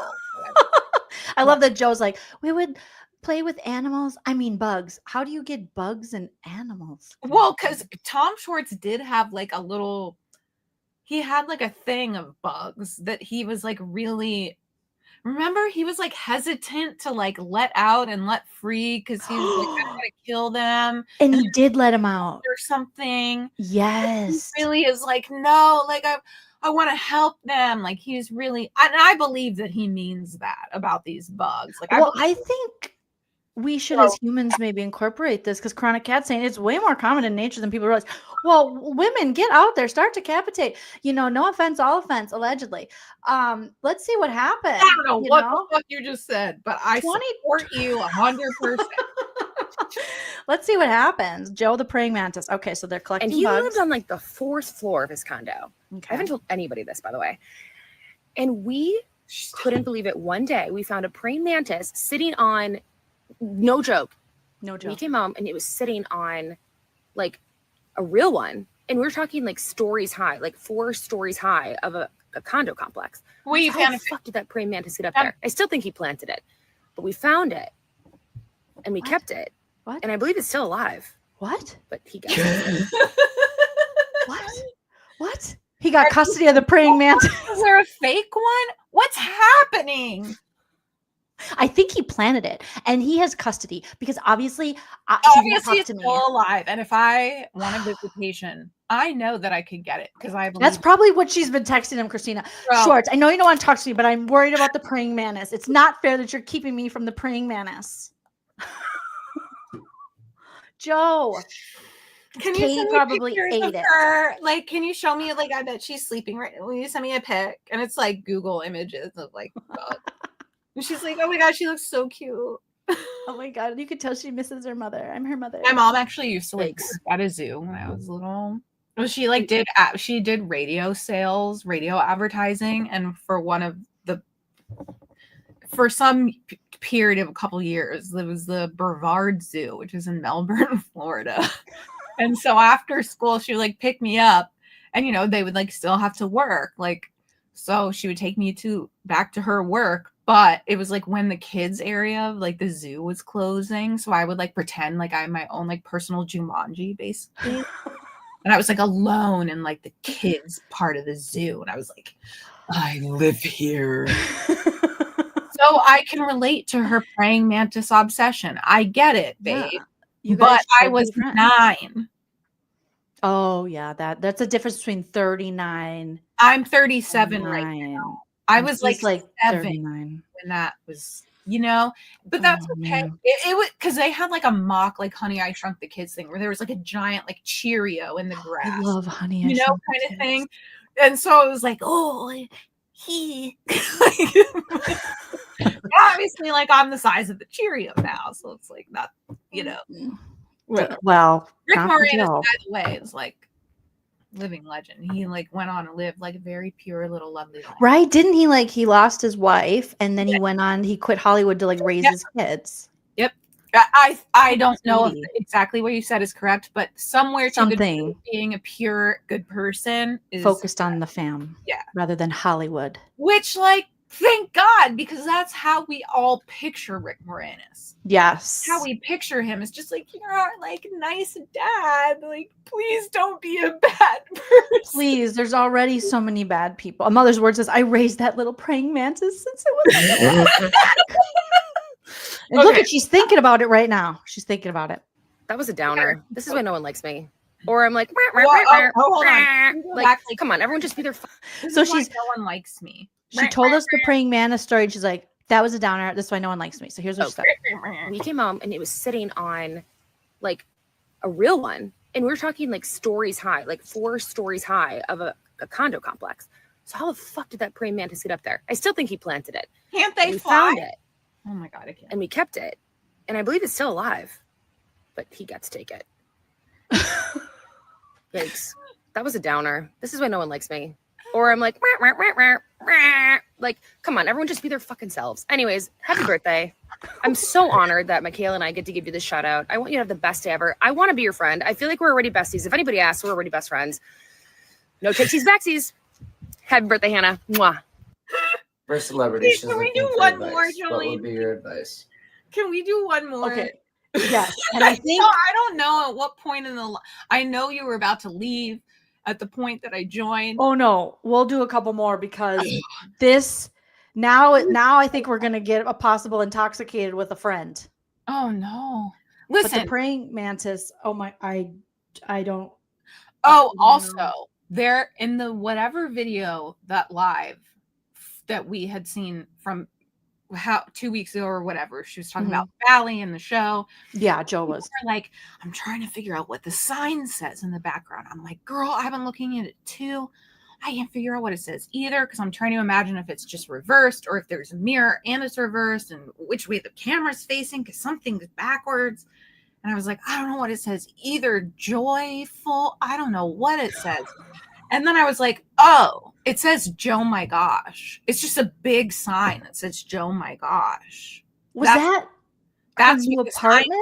They were like in the very back of the room, like on the table. And I was like, oh, I spent way more time on this than I should. But it looks like it says Joe my gosh. Now Joe my gosh. She's like, yes, the praying mantis conspiracy theory. Like, yeah, so probably is like her little brand or whatever. So I was like, oh. But she doesn't want to be famous and she didn't want to be on a show, but she has her brand everywhere. She's on Cameo. Part of that was like, I mean, and you would know if you've watched it, viewers, lovely, amazing people, which is she's like, yeah, would I be on season 12 if it was happening? Yeah, that was happening.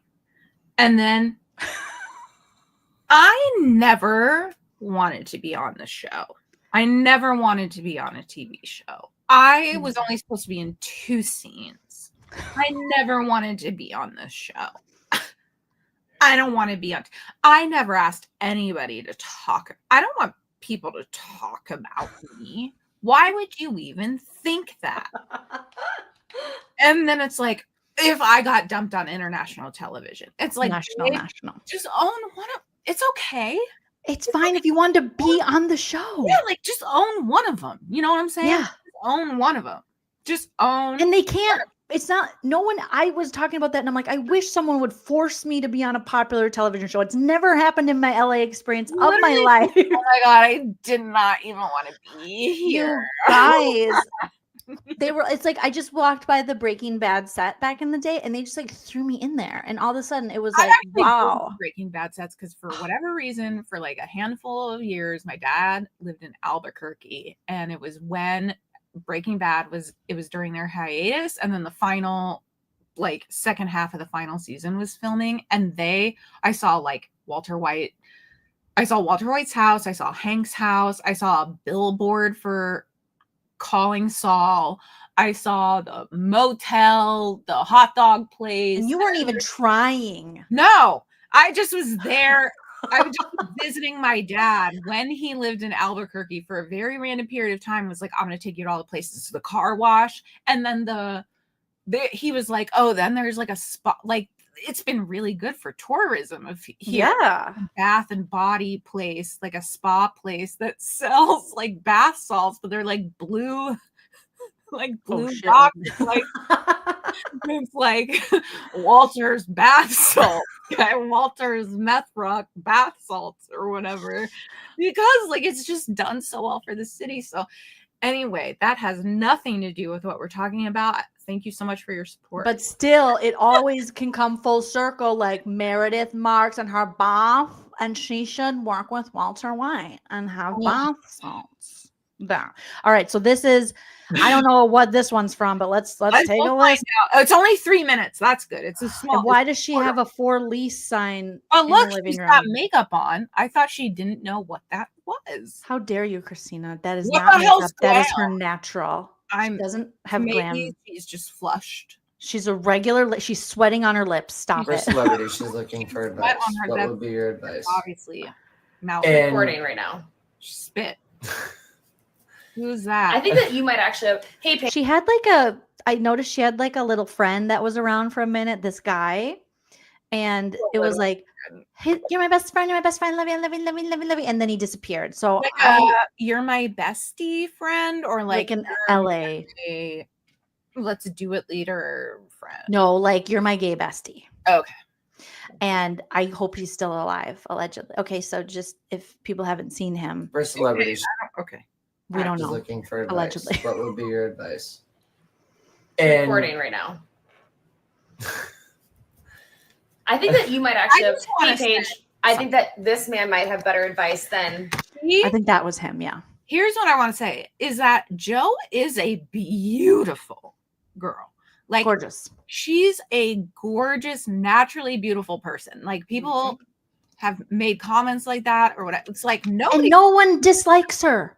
Like she's fucking gorgeous, naturally beautiful, like period. Like I'll stand by that. She's kooky and fucking weird and like a little delusional, okay? But like, I mean, I'm not saying that being naturally pretty or whatever by anybody's standard is a way to judge a person. That's not what I'm saying. I'm just saying period. Like nobody's disputing that like she's a gorgeous person. Like she is. She just does what she does. But like I would never say anything negative about her actual appearance. No. She's gorgeous, dude. She's hot. Like that hot girl that's like, I'm not hot because like my hair goes like this. And you're like, no, you're still hot when your hair does that. That's what makes it so hard. It's like, oh, you're so just like a guy's girl. I don't even know what makeup is. Bitch, yes, you do. You're fucking wearing concealer. Shut up. Like, that's the issue I have. And like, it's hot. It's one of those, like, it's kind of like that pick me attitude. Like, I'm not like other girls. I'm like a cool girl. Nah. Other girls are like, I don't want to fart. I just shit my pants. It's like, okay, well, it's not a competition. Like, that's been your problem the whole time. Is like you're in competition with these women over men. And also, like, how do you know how loud I fart in private? And how do you know if I shit my pants or I don't? Like, you don't know me like that. He likes to watch me poop myself. Yeah, you don't know what me and my husband's kinks are. So stop it. Okay, you don't know. So don't just pretend that you're the only cool girl out here with, fecal matter findings. We all have something. But she just tries to like, it just kind of like, girl. I have at least a Rena level sponsorship from Depends. Okay, I'm at 7 figures off this deal. Don't even come to me with your shit. I'm pissing myself on my poise pad right now. You stop it. Okay, push play. Judge me, bitch. Judge me. Okay, so her little friend's there. Her little friend. Hey, babe, here would be my advice. I think find some confidence in yourself. Yeah, and go up to them. Yeah, I would absolutely. What I would do, like what I did to you. Yeah, totally. Paige, I'm at my best friend the way that you're asking in terms of like being nervous and being anxious and stuff like that. This is my best friend Jeremy, and honestly, I walked up to you. And we met that she came out of nowhere, and it could have gone two ways. Yeah, but I thought you were gonna slap me. Sometimes you just kind of have to take the lead. Yes, yes. And I did, and he accepted it. So like, it's an energy thing. Yeah. I think that at the end of the day, like, I also love that you love hats. By the way, we love hats too. We're not. I will also say that if you have a crush on somebody, no matter how old you are, when it comes down to it, break the walls. Like, let's really get in there and actually make a boundary. You're good at breaking the walls. I am. I mean, that's how I met this guy. Yeah. I mean, that's how I met my dog too. I mean, I decided that I wanted to obviously. So it sounds like she accosted me. She broke into my that's what it sounds like. Like she broke down the walls. She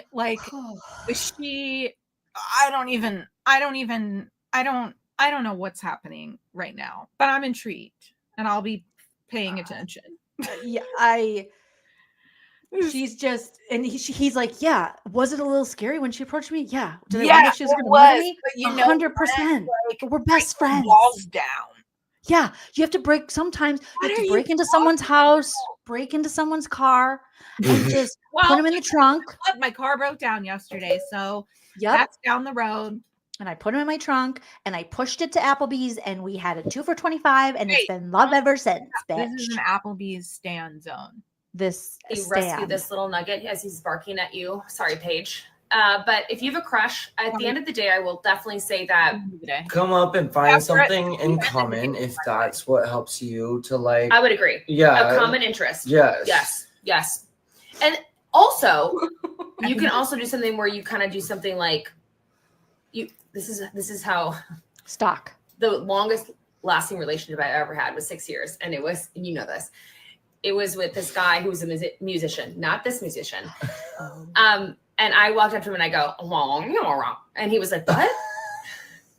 and he kind of like, that's so you. Yeah. And he kind of like turned his head and I was like, what?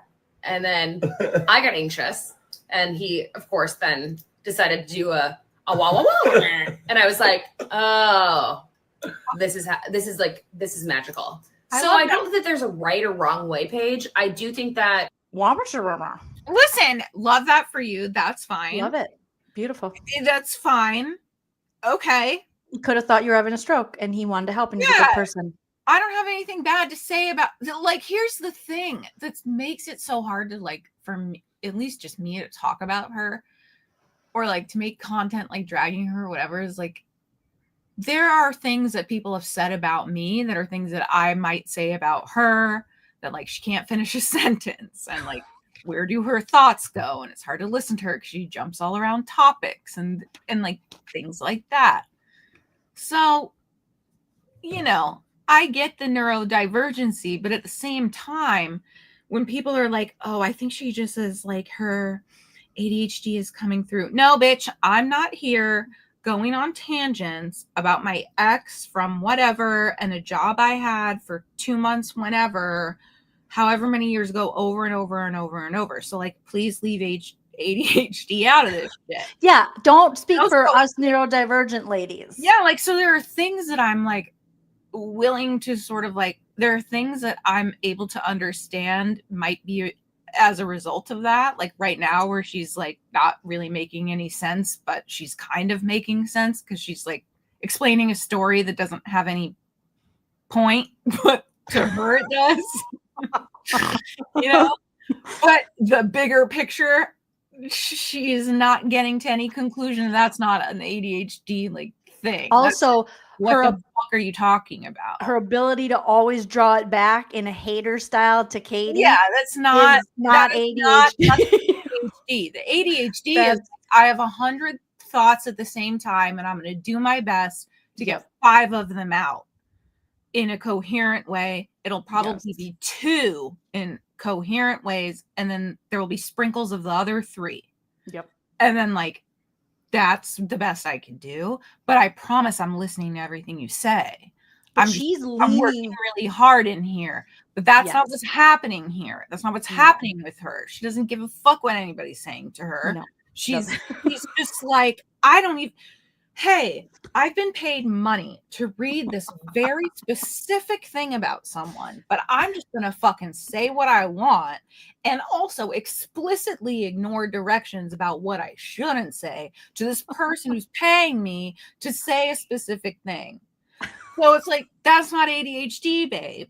That it's not ADHD. Like, and she's really, in my opinion, as an ADHD chick, Christina's ADHD chick, we're all different. It's not all the same, but she leans into it with her victimness is what really bugs me, because while she's dragging Katie and the whole cast and everyone's on drugs and all this stuff, she's somehow, they're bullying me. Bitch, no, you're the one still saying they're on drugs. Well, you're dragging Katie every chance you get. Like, I think rejection, what is it? Rejection sensitivity. Dysphoria. Mm-hmm. Rejection sensitivity, dysphoria, or something where it's like anyone, like you think you're very, very in tune and sensitive and over reading into anything that anyone could possibly think that's negative about you. Like it could be taken as rejection. And so it's like, I don't think that's what she's doing. Like, I don't know. I think she's actually, you can feel that way, and your reaction to it can be a myriad of, things of like trying to overcompensate or trying to isolate or whatever. Like, we don't need to like get into like our whole therapy psych session or whatever. But it's like, there's just so many aspects of my personality, your personality, and her personality that are like, sure, we exhibit. Like, there are different things we exhibit about these characteristics, these personality types, but it's like, I'm not I can't. That's what's so frustrating about it is people being like, oh, well, I think Rachel's on the spectrum. And like, obviously Joe is autistic. And it's like, no, that's not, it's not giving what you think it's giving. Yep. It's not giving what you think it's giving. Like, people who have autism are not like pathological liars. Like, that's not like a thing. So actually it's actually creating more negative stereotypes, like mistruths about ADHD, which are already, among other things, is very misunderstood by people and very under researched in women as it is. That's why we get diagnosed later in life, not to get to what Christina knows. But I just feel like she's really using this, and it's a disservice to every other woman with ADHD, because when you do shitty things, so if someone calls her out and says, hey, you're really like still coming at Schwartz, it's creepy, or why you go so hard on Katie, she's like, you don't understand me, I'm ADHD, and it's like, I'm hyper focused and I don't even think that's what she says. I think maybe that's what she's thinking or whatever, but that's not, no, man, that's not what that is. That's like, I feel I'm in physical pain because I have a live stream for a documentary right after I watch Saltburn, and I want to crawl the fuck out of my fucking skin because all I want to talk about is Saltburn, and I don't give a fuck about this documentary. I don't care what I was supposed to stream. All I want to do is watch YouTube videos until 5 o'clock in the morning that are interviews and behind the scenes and information about Saltburn that I just watched. That's what I'm interested in. Did you just watch Saltburn? No. Because when I watched it like less than a year ago, that's what I did. Is I fell down the hole. That's how I felt in that moment, and that's where I realized that changed my approach to all my future live streams, because I was like, just because it was something, it was like a Gypsy fucking Rose, like part 3 of Lifetime, whatever. And the editing was horrible on it. The chronology was all over the place. I was like, there's no continuity. I don't know what's going on, but also I don't fucking care. And I just want this to end because I just finished watching this movie, and all I want to do is think about it and talk about it and learn about it. And I'm like, I just wanted to crawl out of my skin. So ever since then, I was like, I'm never doing anything that I like don't want to stream, because it's like I feel like I'm trapped, and it's like you do, and that's ADHD. Because what Christina actually described is what I did when I watched Saltburn. I didn't even know who that actor guy was. Then I fell down the Sabrina Carpenter rabbit hole of him dating her, and then more videos of his dick, and it was just like, oh my god, and how is his friendship with the actor from Euphoria that I can't remember his name, and is he a nice Jacob person? Elordi. And that guy's wife or girlfriend who he had a baby with, she might have been like no, Jacob didn't have a baby. I didn't know, I forget his name, but Barry's a dad, but Jacob's not.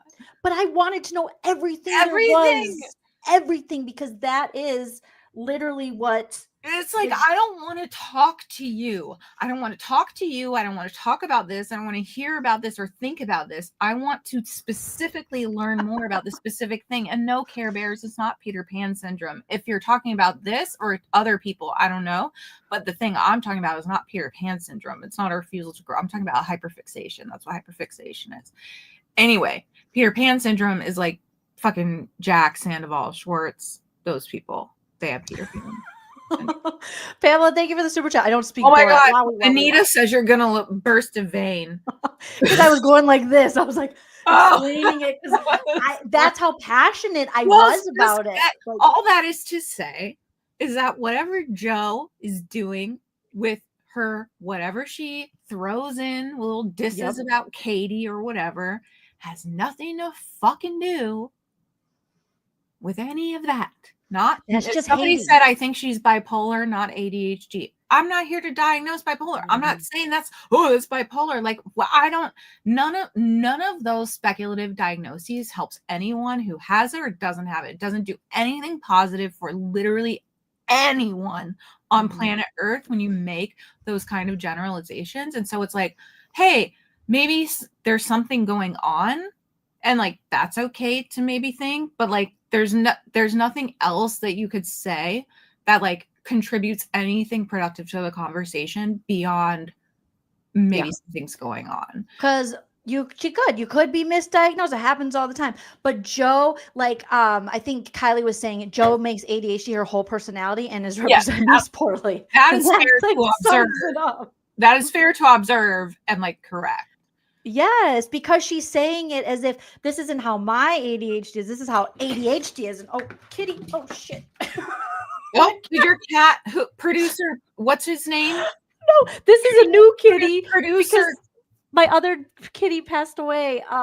This is producer in training. Producer Tilly passed away. So this is Cordelia. Oh, producer Cordelia, you're amazing. AP Cordelia. AP Cordelia. I have a standing desk now. So she jumps up and she's like, oh. We love you, Cordelia. I remember the only name like that I remember is Cornelius. Well, she's named after Cordelia from Buffy the Vampire Slayer. Chris Carpenter's character. I really watched.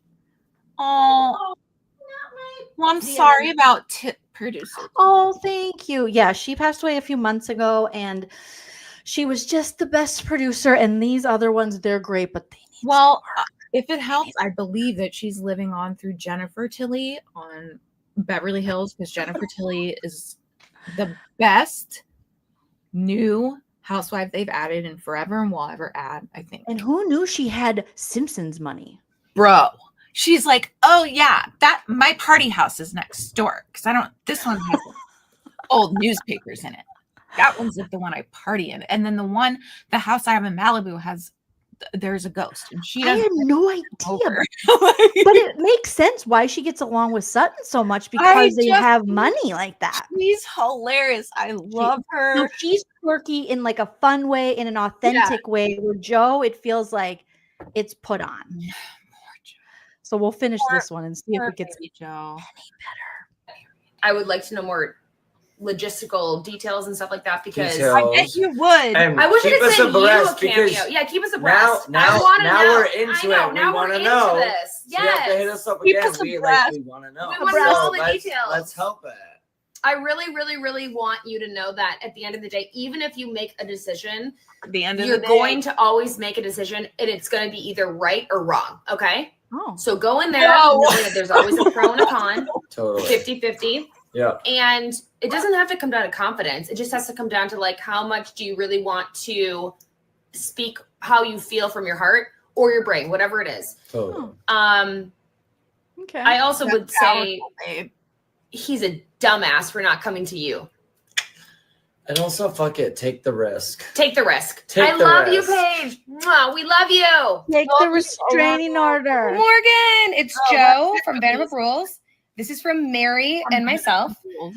You're going to go fly out and visit Mary in Vegas. And I guess you're bringing your new fiance, Keith, who apparently Mary adores, which is awesome to know, because we should always accept, our significant other or our friends' significant others. And like when Mary says that she thinks that Keith is just great, that means that Keith is great and he's good for you. Do you love how I'm just like laying here and doing this cameo? Because I love this cameo. This is amazing. So anyways, Mary and I just wanted to let you know how excited she is. I wish I could come to Vegas.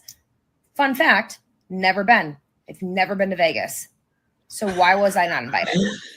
Would have been great. It was going so well. Love to fly with you and Keith on the flight. No way I would love to meet Mary. Morgan, what the actual fuck? Just kidding. There's no way she was friends with Kristen Doty that long and had never been to Vegas. Listen, I didn't ever party in Vegas till I was 32. I went for a conference when I was like 30. So I didn't like go out in Vegas. So listen, it's possible. Okay. But I went right when I was 21. If you're going to talk about being a celebrity hairstylist, you can't say what is glam. And you can't tout that as like a proud moment of saying, I don't know what glam is. Aren't you a celebrity hairstylist? Yes. You live in Hollywood. Your job is to make people beautiful, but somehow you're shitting on people. Glam? I don't even know what that is. Girl. Anita, that's fine. I hadn't been to Vegas for a long time either, and I don't. So maybe. Listen, but this one, I think, break trip, it broke, and I don't really want to go back. It was great. I want to change it, but I get it. Maybe that's true. Anyway. Okay. Anita, thank you so much. You named your new puppy Tilly. Tilly. Oh, I love your puppy. Memory of producer Tilly. That is so sweet, Anita. Thank you so much. Tilly lives on. She was the best. Anyways, Mary adores you. And I love when I get these Joe's over it. It showcases like such a great friendship bond that you guys have. And the fact that like Mary wants you to know how excited she is to see you. So Morgan, you're clearly kind of a cool cat. A cool cat. I wonder where that actually came from. I was thinking about this the other day. Where did like cool cat, Irish goodbye, a can of worms, all these weird things that we say. Like the early bird gets the worm. I know that one. But if you've ever thought about this, it's like, what do these sayings actually mean? I don't know. Doesn't matter. You're going to Vegas. And Mary's excited to see Morgan. And I'm very excited that I actually get to give you this. In fairness. That's ADHD. That is ADHD. Exactly. In fairness. That's authentic ADHD. There was one morning I woke up and I was like, who invented food? Who decided? How did you know you could put stuff, not who invented eating, who invented a dish? How do you know that you could put stuff in an oven and make that thing when you mix those things? And it was like, oh, when people settled and and it was the blah, blah, blah in this land and they made corn and bread. I was like, I know. But how? How? And I woke up just like, oh, hey, but who decide? How do you know? How did you know? How did you know to make that can make a tart? What is a tart? How did you know that? You know, who named it? What happened? How did it come about? So it's like I don't judge what she just said just now. Those are things I think. Yes, so this is her most authentic. I feel like because she's not hating either. Because who watched birds in the morning get a worm? Somebody had to see a bird. Somebody had to, and know they wake up early. The worms. There's questions I have. Because how do we not that like they could have slept till 4? Right. Someone found out they get up early. So if you're an early bird, you're gonna get the worm. I'm not gonna ask it in a Cameo. I'm gonna ask it to myself, or my stories, or the mirror, or something. Yes. Google my Google search bar. But if you're unmedicated and you're you might now I will argue if this is the Joe we got where it was just like silly little tangents here and there, this would be fine. She would be so fun. I was ready to cheer for her, but we got an angry lady hater man. Like I want to be the pick me of the girls and all the other girls, and I'm a victim. But this Joe, this one would have been the one that everyone would be like, oh, fuck yeah, I totally get this chick. Like, she's quirky, she's fun. But it's Katie's fault, and I have empathy for no one else, but everyone needs empathy for me, and my relationship with Schwartz is more important than your relationship. And why is everyone mean to me? And just because I'm wearing a hat, you can't wear hats. I'm going to represent people with hats. And when you're just like, no. If it was just what we've just seen just now, yes, I would be like, oh my God, I get her. Totally. She's just like me. Yep. But in the context of everything else, it's like, I don't believe that she's lying right now or anything. No. You know, she's talking about like who said early bird gets the worm. I believe that that's what she genuinely is like thinking about right now. But exactly like you said, everything else, everything else, like, oh, Katie and national television. I didn't want to be on TV, and I don't even know what makeup is, and blah blah blah blah blah. Like all the stuff that's like. And like, I love you guys so much. And I've heard so many people who love me. And I want you to know that so many people love me. And like, if you don't like me, then fuck you. Fuck you. Fuck, I hate you. And like, but I love me. Like, just I get where she's coming from and all of it. But just the execution is like, listen, I've been on the internet where I did not need to be online. And I've tried to scale back. We've all done it. from being online when I don't need to be. It still happens sometimes. I did get a message one time from someone. They're like, I think Christina might have taken her sleeping medication. No, when Is she was okay? that? I was like months ago, and then I looked and I was like, oh, she's good. She's fine. She's fine. It was in one of those Ambien streams. Mhm. Not good. But people were just like sweetly like, you might want to check on Christina. I think she might take her sleeping meds. I was like, okay, cool. Okay, and I but looked, I was like, that's not a thing that should be happening. You know what I'm saying? That's not a thing that should be happening.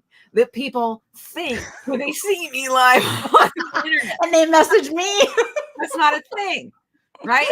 That should not be a thing. And so I'm sensitive to the like, well, she probably had a bad fucking night. Not everyone does. Herself. But it's the repeat. It's the pattern. Yes. Totally. We love you, Joe girl. I'm rooting for you, babe. We're rooting for you, but we're trying. An Ambien stream. I shouldn't do those. I'm not gonna do those. But that's what it is. Live and learn. Live and learn. Live and learn. But if it becomes a pattern, everyone's like, Jolene, hi, it's Like, Monday. Christina's on an Ambien stream. Can you check on her? It's Tuesday. Told me that just now. I was like, oh, wow. You're contacting somebody else because it's like maybe, hey girl, come get your friend. Like, But who hasn't been in that situation? Like, it's I want to see either that in real life or online, you know? Sometimes, you know. Pamela, just watch my old lives. I'm sure they're in there somewhere. This one, this one wasn't one. I don't know. But like, I just play The Sims. I take a sleeping pill and I play The Sims. That's all I do. I don't do anything bad, but it looks bad. Okay, you guys, I don't endorse this and I don't condone it. Okay, because I can't. Okay. I know that I will be up until the sun rises tonight because I don't have any Ambien right now, and I know that I will not be able to sleep. And it's just like a thing that I've kept you up laughing and watching Joe now. It's my fault, Jolene. God damn. How dare I? I mean, I should know better. It's because I'm out in the Pacific. It is what it is. It's only 9 for me, so I'm like, I know, 9 p.m. It's fine. I've been like this since I was a literal child in elementary school. Like, I do not sleep at normal times, and I do not sleep through the night. I have very vivid dreams. I have very active, sometimes lucid dreams. My sleep situation is not normal, and so sometimes if I'm playing The Sims and I get really excited about it and I want to share it with other people, it's not at the appropriate time. And I'm societal, because that's another thing with, you know, with ADHD, not saying exactly what you said is ADHD, but with like time blindness and things like that, for us, it's like, who said the day has to start now? Yeah, I don't. You know, like my mind starts working around 3 p.m. That's when it's like, okay. Yeah. But before then, it doesn't really work. Rachel says anyways is not a word. It's anyway. You know what, Rachel? Okay, I'm so sorry. No, it was what Joe said. And I think it's because Joe is Midwestern, and we Midwesterners, we say it all the time. We say anyways. I used to always say anyways back to me. Like, I thought it was so cute and funny to say. But we do that, Rachel, and I don't know, but it could be a Midwestern thing. My Midwestern people let me know. I do know that, like, when I was in like college and having to like write articles or whatever, like forward and backward, it's not forwards and backwards. So I like never put S's on the ends of those anymore. Forward, like, weird. I was looking backward, not backwards. I don't know why. I couldn't explain it to you. I just like, there are certain things that stick. The anyways or anyway, I don't remember, but I do remember because some girl made fun of me for it when I was in 6th grade. She said, "How come you ask how come instead of why?" I was like, I don't fucking know. What? Say why come? Why come? Like, oh, I have to do this thing. Oh, how come? Instead of why. Why can't you say how come? I don't know. But apparently, who is this lady? Let's dox her. What's going on? Monica, that bitch. That rich bitch. Monica, the rich bitch. Monica B, I think. She was a brunette. Very curly hair. She was very thin and athletic. That whore. Fucking great, Monica.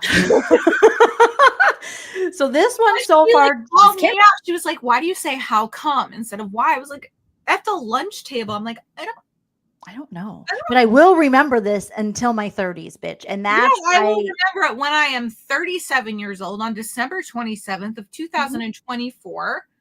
I still remember the girl who told me freckles were gross, as she told the whole group that freckles were gross, as I sat there with freckles, and she was supposed to be my friend. Dude. And then I saw her on Facebook go through a horrible divorce, and I was like, I don't know if it's because of the freckles comment, but it could have been.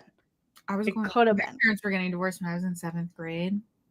And I didn't even know that I was supposed to feel bad about it. But when I went, I was supposed to tell the school my parents were getting divorced. And I was like, oh. I was like, yeah. Like, am I supposed to be more upset?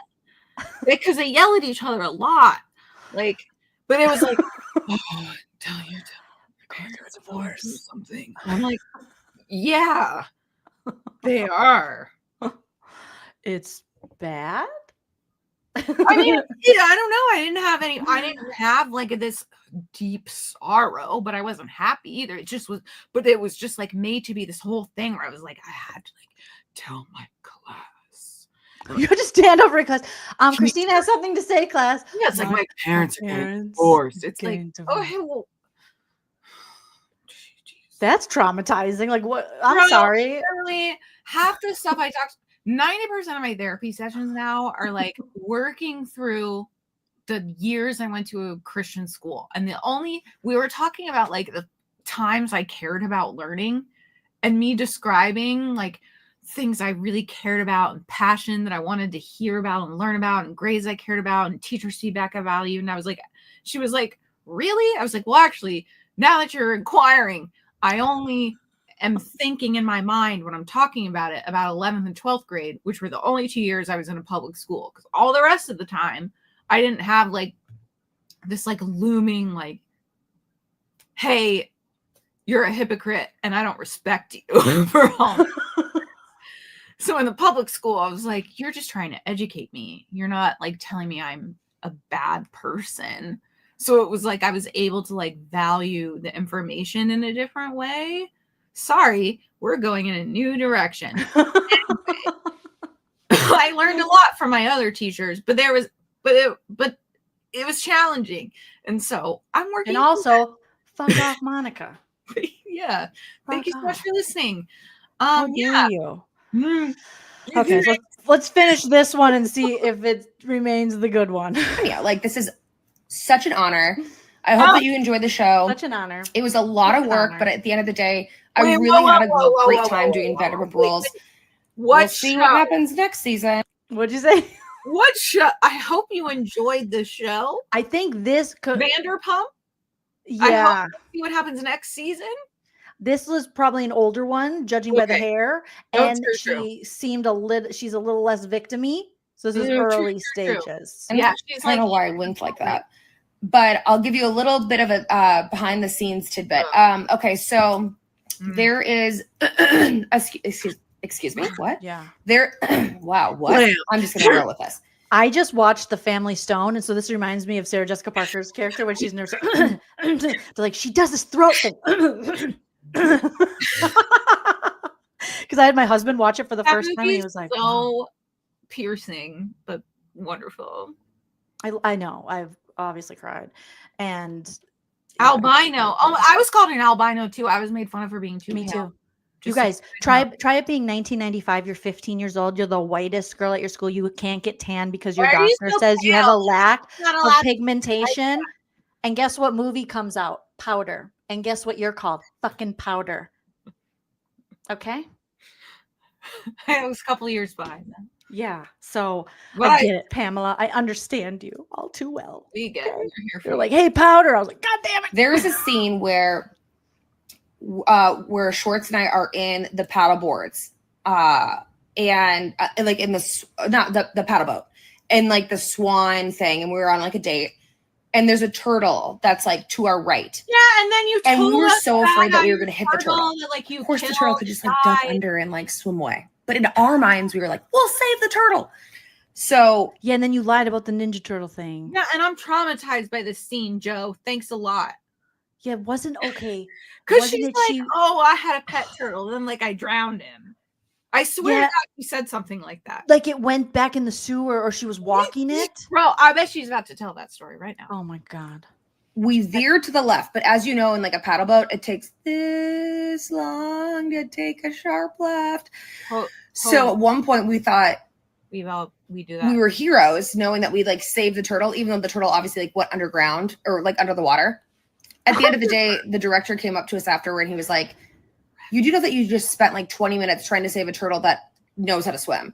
And we were laughing so hard. And then that's when you see us laughing a lot because we were laughing about that. We weren't laughing about, you know, all the girls getting along or whatever. It was us laughing about the fact that we were trying to be heroes to save a turtle that literally lives in the water. I don't know if that makes sense. Morgan, Mary and I say hi. She's so excited to see you in Vegas and have the best time, you guys. Bye. It does make sense, Joe. The best time in Vegas. But the reason for you telling it doesn't make any sense. Yes. The story sounds about right. But why would your first time partier fan in Vegas want to fucking know about a fucking turtle? About the turtle. And also, if she, like me, actually watched the show, would remember and be harkened back to the horrible story of how you killed your turtle. I don't want to think about that. In the sewer, and you're like, it became a Ninja Turtle. And you're like, no, it didn't. I remember you talking about like, oh, that time I had a turtle and I like dropped it in a sewer or something. And I'm sorry, I have to keep giving details of it because it's horrible and I hate it. But it's like, bitch, what? I don't want to know about that. Also, it looks like Ronald McDonald lives here. It is like ketchup and mustard. It's like Bronwyn's dress. No, I love it. I have like a neon version. Cute. Then it's like hot mustard has joined the party. Oh my God, look at all your cute little bags. I know I have a lot, and I just got a glitter one. Oh my God, Jolene, your ADHD could never. The glitter one. It's just I just want to stare at it. Go like I was like, show me. No, here, I'll get it. Hold on. No, I got it. Show me the bag. Show me. Irrelevant Photons. Hello. Good morning. Wait, no, but you don't even see the ribbon I have on my tree, and it's sparkling in the sun. Even see how much it like. You should do a Christmas tree with all your purses. That'd be so cute. Like ornaments. Yeah, I'll totally put it up after Christmas. Yeah, that sounds about good. It's like, no, see, you can't even see. No, it is sparkling. Whoa. That is right there. I'm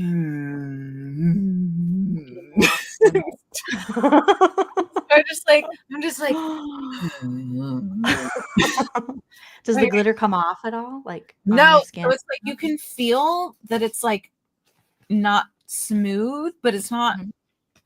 It's not like rubbing off. It's not like TJ Maxx. No. Yeah.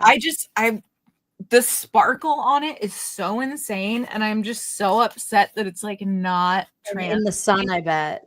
Oh my God! I literally, Jolene, if you. Like literally your eyes would just be like they like slightly lose focus and things, you know, where you're just looking at something but like the things blur a little and you're just like mesmerized. That's how I'm just gonna stare at the glitter of this. Like people have like glitter jars where they're like, you know, like they're little what are they called?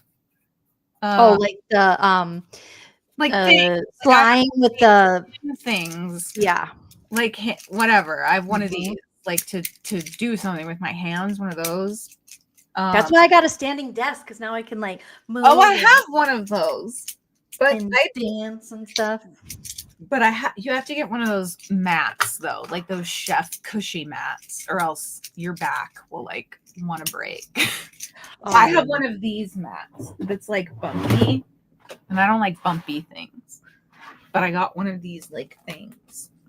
Oh. So like you have like pressure points for your feet when you're like standing on it for a long time. Anyway, whatever.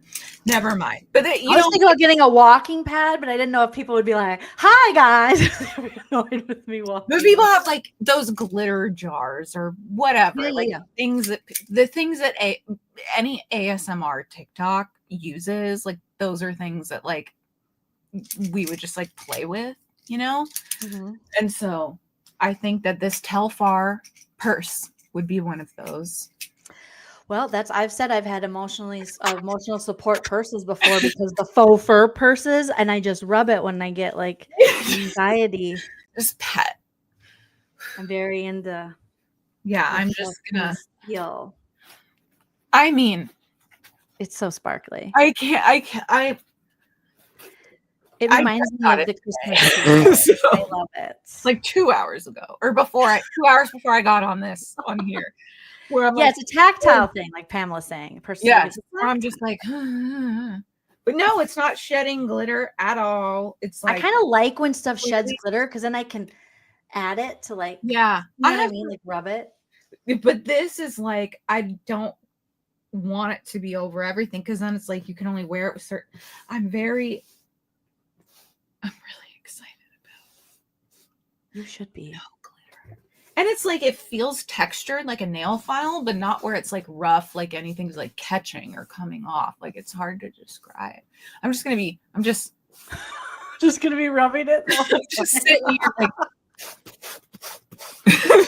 we're getting into Joe's territory. That's the thing. Like that's what makes her in the beginning so relatable. And then when she heads down the hater victim track, I'm like, well, except for Katie and my ex-boyfriend Schwartz, who by the way, even though I have way more empathy for him than Katie, and I want to talk to him. Petition for Tom Schwartz to unblock me, and then maybe we could be friends again, and then maybe I could be on the show, and we could all be on TV together. Even though I just really talk to him. Never wanted to be on TV. They forced me. They literally put cameras in my face, and I was like, "What is this?" And oh my god! And then when they were like, "Do you want to do it again?" I was like, "Yes, but I didn't." But I said yes, but I didn't. Like, I didn't. But they were like, "Joe, like you're so like Wisconsinite, like your knees are up in the chair. It's like we have to." Merce in the purse. Merce in the purse.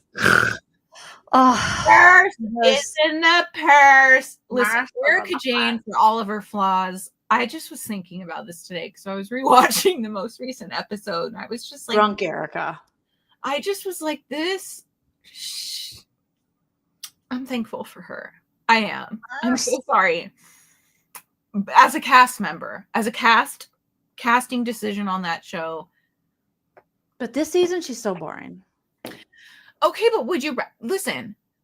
Fine, but I'm okay with it.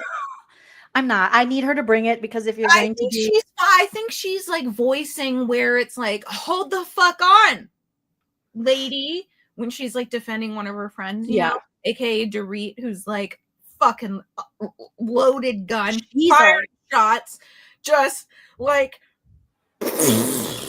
everywhere she goes. Love that for her. Love it. Love Never it. thought I'd be cheering for Dorit so hard. Oh my god, I love it for her. I love that for her.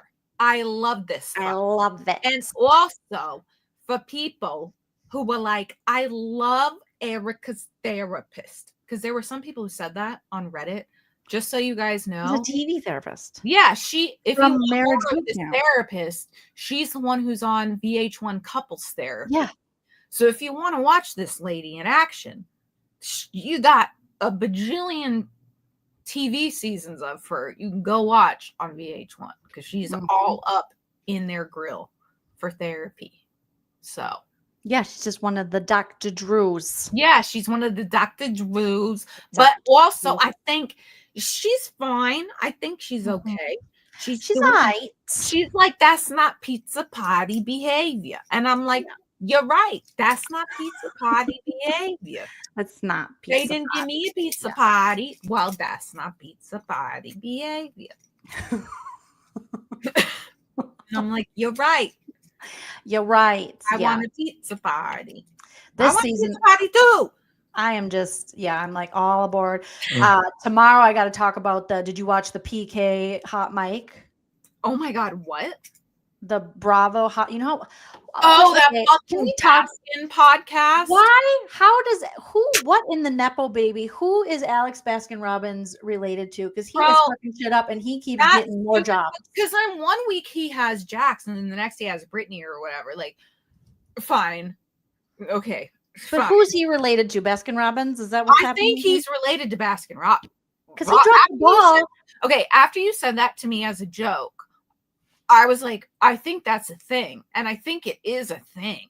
But it's just like not like in his exact, or it's not, it's more distant and direct lineage. Right. It's not like his exact, it's not his dad or whatever, but it's in his family tree. So like he has to like do this kind of bullshit. Such a bad season as in season 11 and dropped the ball so badly. And then they're like, you're Produce the Valley. Now you do this. Like most people would lose their job. Podcasts, I think, are a way. I don't know. I mean, it's views or whatever, but I also think it's a way for him to maybe try to appear like he's human, not pushing a narrative because he wants to hear what people have to say. I don't fucking know. I hate him so much. The sound of his voice triggers me. Looking at his face triggers me. Like I just have worked with too many men in corporate media jobs that like I feel repulsed by him. So that's not. And he was like put in charge of like a woman's story that could have went such a different way if him and Jeremiah was a bullfrog. You know, if they had an actual like vagina there. Hold on, but wait, okay, but hold on, because it's funny that you say that because I don't normally pay like attention to the credits or whatever. Like I know he works on a bajillion Bravo shows, but I don't, for whatever reason, I just randomly happened to catch the screen when it said one of the producers or whatever was Alex Baskin. And I was like, and so what? So it's funny but it's funny that you mentioned that because in that moment I was thinking about like the sexism and the favoritism and stuff shown by him. And then I was like, what is he doing with the housewives? So now that you're asking me, oh, did you see his interview with PK? And Mo? I'm like, whoa. So it's all making sense. Again, yeah. It's all he hosts that hot mic, that Bravo. PK. And PK, let me tell you, he is, I'll talk about it more in depth tomorrow when I go over it, but it is, you got to watch it, Christina, because as someone who is sober and as someone who considers himself an alcoholic, PK is still in his ego, all up in his ego. And he is dragging Dorit. And it's not a good look. It's that same thing like he did in the episode where he was like, Dorit's changed. I haven't changed. Sir, to say you haven't changed when now you're saying you're sober, what the fudge are you talking about? Well, and hold on. He only says that she's, or, he was it's the classic case of I was more successful, babes, and I had money and I had Boy George or George Michael, and then, Dorit came along and she wanted to be like Beverly a grand lady. Beverly Beach by Dorit. Babe. And he can't, babe. But he can't take a woman who's like evolving into her own or successful. It was like she was always supposed to be next to him and never be the star, and he resents her for that. And I'm just like, are you even doing the steps? Are you doing, and not that you have to, but he's like saying that he is, and he's in recovery. And this is what we say in recovery, because sir, that is actually whoever your sponsors or whatever's going on, we're going to have to reevaluate that, because it's all ego and it's all that thing that kind of feeds alcoholism that he should be really fighting against, and he's not. And all this blame, and Dorit changed with the show and all this shit's like, I'm sorry, what? I'm sorry. Well, and also like, yeah, so sorry she's making an income for y'all now. Like, sure, let's be real, because you don't have it together, my man. You don't. Like, you don't. But also, here's also what I was going to say, which is like absolutely not, it's completely on topic, but kind of, which is just, I just want to understand what it is about the Bravo universe that makes women unable to pronounce the word text? What do you mean? Because Garcelle was telling whoever the fuck Sutton she was talking to, did you know that PK texts Kyle? Texts. Do other people say that too, like on Bravo? Oh my God. No housewife can say this, can say texts. He texts. I text. We text. What did Dorit say when she read Kyle's text? Did she say, I read her Well, text? that's in the next episode, I think. But Garcelle talking about Kyle said PK texts her. Texas. The housewives of New Jersey all say Texas. Textuses. I think that's what Teresa says. It's Textuses. Ramona Textuses. Textuses. Could be a list from fillers from all the Bravo stars. No. Textuses. Texas him. They're Texasing. Sent Texas. They sent Textuses about it. No one can say this word. Like, no one can say this word. It's on the last episode. I'm telling you, Joleen, at their party in the Garcelle like tattoo, she was getting the tattoo or whatever at Kyle's party. Garcelle was like, she said PK texts her, like Texas. And it's like, I thought we have moved on from this. I haven't heard it since Jersey, I don't think. Texas. Now I'm like, do I say that? And I'm going, right? Texas. Anita. We're stroking out this. She texts. She said it in a text to me. She texts me. She texts me all the time. She sends me texts. She texts me. She texts it. I've probably said, yeah, she texts me. She texts. PK texts her. I'm like, Texas? You're in California, baby. Calm down. I just anyway. So regarding Dorit and the Texases, we'll see. I'm gonna need them to use proper terms. I'm gonna need them to say PK sends texts to Kyle. PK texts Kyle. And then Kyle texts him back. Text. He texted me. I sent him a text. Not a text. Texts. Also, Kyle, gross. I went off on a rant on this. Gross that you're texting memes. And can you imagine how funny PK's dad memes are? You have to have also, over your friendship. The weirdest thing that they've even pointed out about their respective separations is how close their husbands were getting with each other and how they were, at the same time veering farther apart. And it's like, that is the plight of Bravo. Imagine literally. Mauricio and Dorit thought of you when I saw this, babe. LOL. Texting each. Yeah, right. Yeah, right. Kyle, sit. Not Lala in season 5. Sit the fuck down. Sit the fuck down.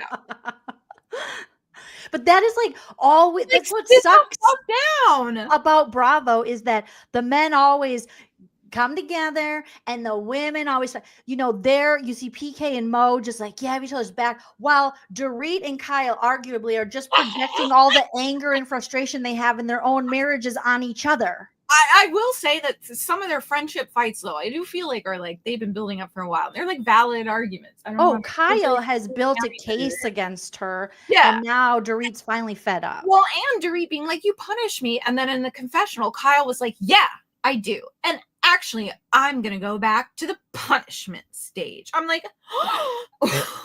so fucked. Kyle. She literally was yeah, I'm ready to go back to punishment. It's whoa. And Kathy Hilton just Kathy Hilton still, mortal. And let's see. That's how Kyle is. Let me make sure I'm still blocked by Kathy. Kathy blocked you? How are we going to go to her Christmas party next year if you're blocked? This is a while ago, babe. What? Last year. last New Year's. She blocked me last New Year's. Whatever video made her block you? Well, oh yeah, I'm still blocked. She's not showing up. I posted a clip of her lecturing Paris on Paris in Love about an Hermes tray. She was really bad on that show. Son-in-law about the Hermes tray and like, why did Carter put stuff on? I remember that. Blah, she had in the kitchen. She's like, oh, does not go there. And and that video like blew up. And I only posted as like a promo, as like a watch party of this show with me this weekend. And then that clip ended up like blowing up, and just as well, because I think Kathy Hilton is a genuinely, legitimately bad person. So I'm cool with this. But she found it, or people started tagging her or something, and she got in the comments and was replying to people, replying to me, commenting about like, really, they're misunderstood, or she was replying to people like XOXO hearts or haha. Gossip Girl. Whatever. She was like all up in these comments, replying to people. Then a few, I don't know, it wasn't like the next day, it was like days later or a week later or something, I posted a compilation of her putting lip gloss on. Oh, when she was at the awards thing. She puts lip gloss on, and every time she's uncomfortable, she puts lip gloss on. So it was like a compilation video of like, she was at Paris Hilton's like baby shower, and then she's like in a podcast, and then her daughters are confronting her about like abandoning them, and she's just like just lip gloss on. Sounds about right. I like that makes sense. I can relate. Together all these like her putting lip gloss on with like a song, and she blocked me, and it was New Year's Eve, and she was on a yacht in another country, and I'm like, this is upsetting you. So I love that for me. Thank you so much. She's like, damn it, I'm in San Tropez, and this bitch is doing my gotta block her. And it was a video of her putting lip gloss on to the song, like, well, mama, like, my lip gloss is popping. My lip gloss is cool. Baby, what in the hold on. Is your apartment on fire? No, it's my refrigerator. Did you leave your refrigerator open this whole time? Did your Doog open the refrigerator? It was open a little. This whole time? Or since you went to get water, maybe? Since I went to get water, it's open like a little. And then it was like, bitch, I'm telling you. These refrigerators are so sassy. I'm like, calm down, okay? I'm sorry. I'm a victim of my own refrigerator. I get it. Totally. Anyway, thank you so much. God. Christina, this has been so fun. I've missed you. Plow. This is probably the second or third stream I've had where I've yelled out, does Christina know this? And people are like, I don't know. I swear. I ask anyone in the chat, I'll be like, has Christina seen this? Shout to Christina. Christina does. And I've just been, does she know? They knew she knew the assignment. K Michelle. Yay, K Michelle. Care Bear. She's one of my mods. She's on YouTube. Care Bear with a K. She's the best. She knew the assignment, and she said, "Hey." She's like, I understand. She said, "Hey," with 2 exclamation points. Joleen Lunzer needs you. 2 more exclamation points. I love Care Bear. She's on YouTube Live right now. You have to just rewind back. Oh my God, I love you, Care Bear. Rewind back right before you came on, and you will see me multiple times go, does Christina know this? Get Christina on this.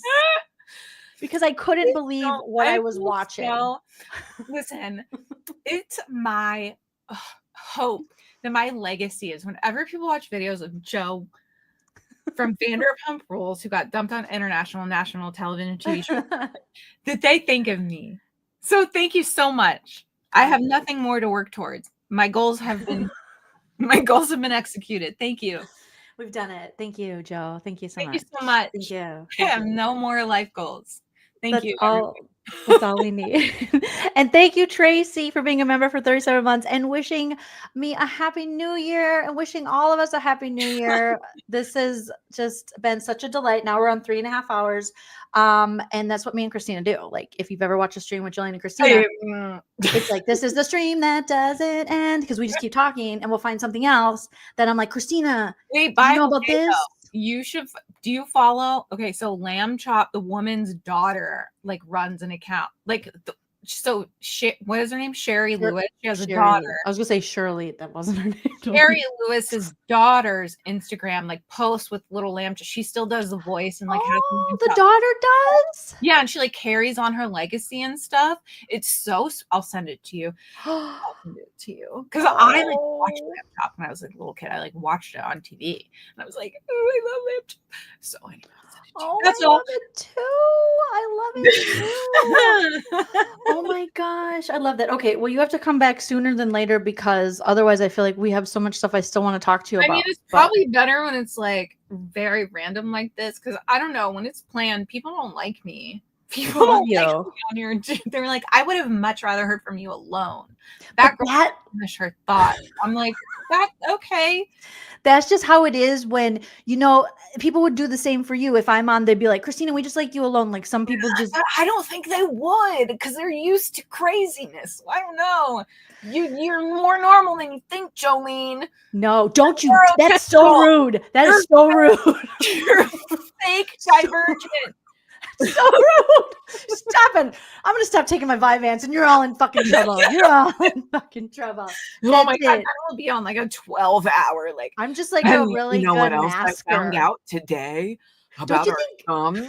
I think that's why I feel like that's why I'm exhausted so much, because I've become so good at masking that I will just get so tired that for 2 days I can't go live. I'm just like, my brain, I'm just so tired. I mean, I've just over the course of time, the passage of time, I've realized I don't think YouTube is like the platform. It is. I don't think TikTok's going away. You gotta. Well, I just don't think whatever I was doing on YouTube is not. You're too hard on yourself. What I should be. Something is not fitting for me, and I need to figure. I don't know. Maybe it's not the platform for me. Like, why? Why would you ever think? Why? It just isn't. I don't know. For lives, I mean, for live. Oh, so pre-record things where I can edit and cut and stuff. Like, maybe live should just be like a special thing for your members, for the funsies. Well, I made my YouTube live streams like members only, but still, those ambient streams, they pop up. And I'm so sorry I just get really excited about my Sims when I've had my ambient and it's not healthy, and you just have to be true to you, Christina, and your people who love you, and the people who love me will love me, and the people I love, I'll love, and the people you love, you'll love. And just like Joe, my gosh, said, it's either going to turn out or it's not. It's either yes or no. Listen, if Joe's ever been right about something. Yep. And that's just how it is. And Katie. It was that, except for you know who, because they were not nice. Yes, Irrelevant says, Christina, we love you. Don't worry, follow your heart, and we're here for you literally have to start just I know it's so easy to say, but if you see, like, first of all, just hide comments and things. It just in fairness, the feedback is like, all I can say is like, do you think I want to talk the way I do? Like, do you think I want to change the sentence before I finish the sentence 10 times? Do you think I want to communicate this way? Like, babe, believe me, if you don't like listening to it, I'm not trying to talk. I don't like thinking this is just how my brain works. I'm doing my best, man. This isn't, do you think I enjoy being this way? I'm not doing it on purpose. So I'm doing my best. So if you don't like it, there's nothing I can really do. And like, I'm so sorry. I'm just not for you. That's okay. Yep. Because if you're for everybody, then really you're for nobody. This is how I talk. And like, if I can't finish a thought, but I always end up finishing it. Just get on the ride and I'll get there. It's like, I can't, babe, believe me, if I could speak in a more concise way, babe, trust me. I told you how people will comment regularly, like, I think this bitch is just stimming. Like, about you? Yes. And then some people are like, you stop it too much. Ambient streams. Just go look at my old lives where I'm playing The Sims. I guarantee they're all. You'll find it. Those are them. You'll find it. Thank you, Carissa said, did you guys talk about Joe? I missed it. I was busy cleaning Foster. Kitten ear mites. You're a good person. Could I get a Joe impression? Maybe. Well, if you rewind a little bit, but you could definitely. We had Joe earlier today, and she was like, "Hey, what is this? Okay, hi, your friend, Hannah." Dana Bana said that you were going through a birthday. Happy Schwartz. And did you guys ever think about the eye? You were like, what does it do? Like I was thinking the other day, like Katie is such a bitch. And on that show, I wanted to be like this. You know how I can think better when my leg is up like this and when my vagina can breathe. Like when my uterus is propped at a 90, well, as soon as it's at 80 degree. You guys, the lights are like, oh my God, my neighbors outside. Shut up. Okay, so I was driving and my brakes gave out. Hold on. I farted. Wait, can I take over? Can you pass me the baton really quick? After I'm done smelling my car, literally my car broke down yesterday. And so literally it's like you guys, literally I know so many of you love me and I'm really likable. And I literally love that for me and for us. And you guys mean so much to me, but it's also my dog and Joseph. And so Joseph. You know what?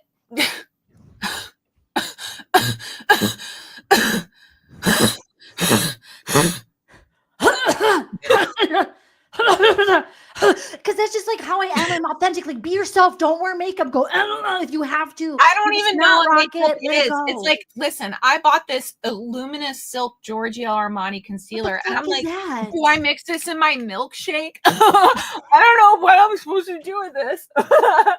It's oh my God, it looks so much better. But what is this? Why does it cost so much? I don't know.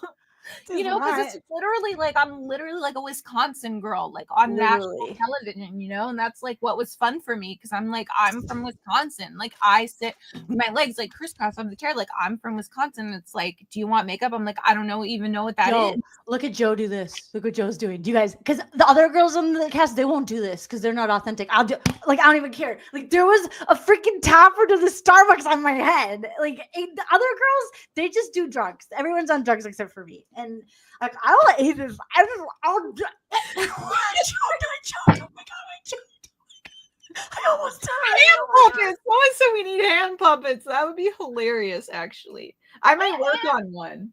Because I have a Cheetos hoodie thing, a little baby Cheetos sweater from a bottle that I could maybe put on some with my little skeletons.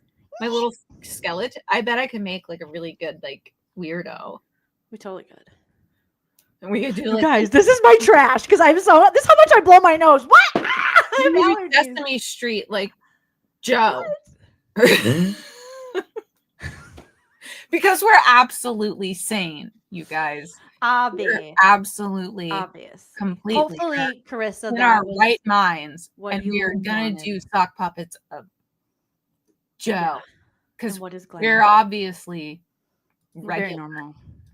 We're also really weird and fun and quirky. And also, I don't even know what makeup is. And I was dumped on national internet. I think I'm going to start to do, she said, I think I'm going to start to do videos about ADHD so people understand. I'm no. Did she say that? Yeah. Do you remember when she had her friend on a long time ago and was Kelly, talk about your insecurities.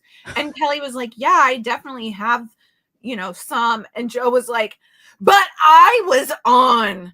Yeah, I'm in my bed on an international platform. How about when she had the child on her live? There was a literal cookies. We're making cookies. But they were sitting on the couch. I never watched the ones and she was talking about being bullied in front of the kid. And have you been I was oh my God, this is someone come get your kid. Someone come get your kid.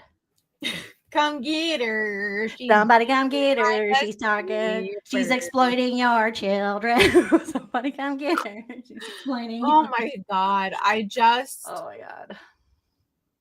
Who knows who will pop up next? You know, Who knows? it's so fun. It's so fun. It's so fun, you guys.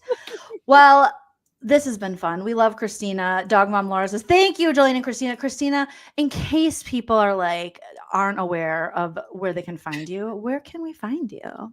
I'm on YouTube, my last name twice, Coca Coca. Coca Coca. I'm also on TikTok, Coca Coca. And then Instagram is Coca Ma Coca. But if you type Coca, I promise you'll find me. Are you Just sad? spell it correctly with 2 C's. Like Coca-Cola with 2 C's. Coca Ma Coca. Coca. Are you sad TikTok's going away? Because you love TikTok. Not to end on a bummer, but I don't saved. I don't fully believe that it is going away. And even if it did, I don't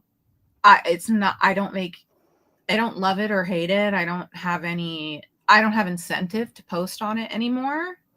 Because it recognizes that I have some kind of aired television in my like clip compilations, and then it says that it's not original content. So I've been kicked out of their creator program like 5 different times. Like I'm not able to like make money there, and that's fine. Like that's okay. But there's just no, I mean, my videos will be like, I'll have a huge pop-in video and then it'll be like less than 1,000 views on like a handful of videos, and then I'll have another really big video and then less than so that's crazy. My Instagram is just more like consistent and lucrative for me right now, but just like YouTube was X amount of months ago. It's like I'm just used to like shifting tides and stuff.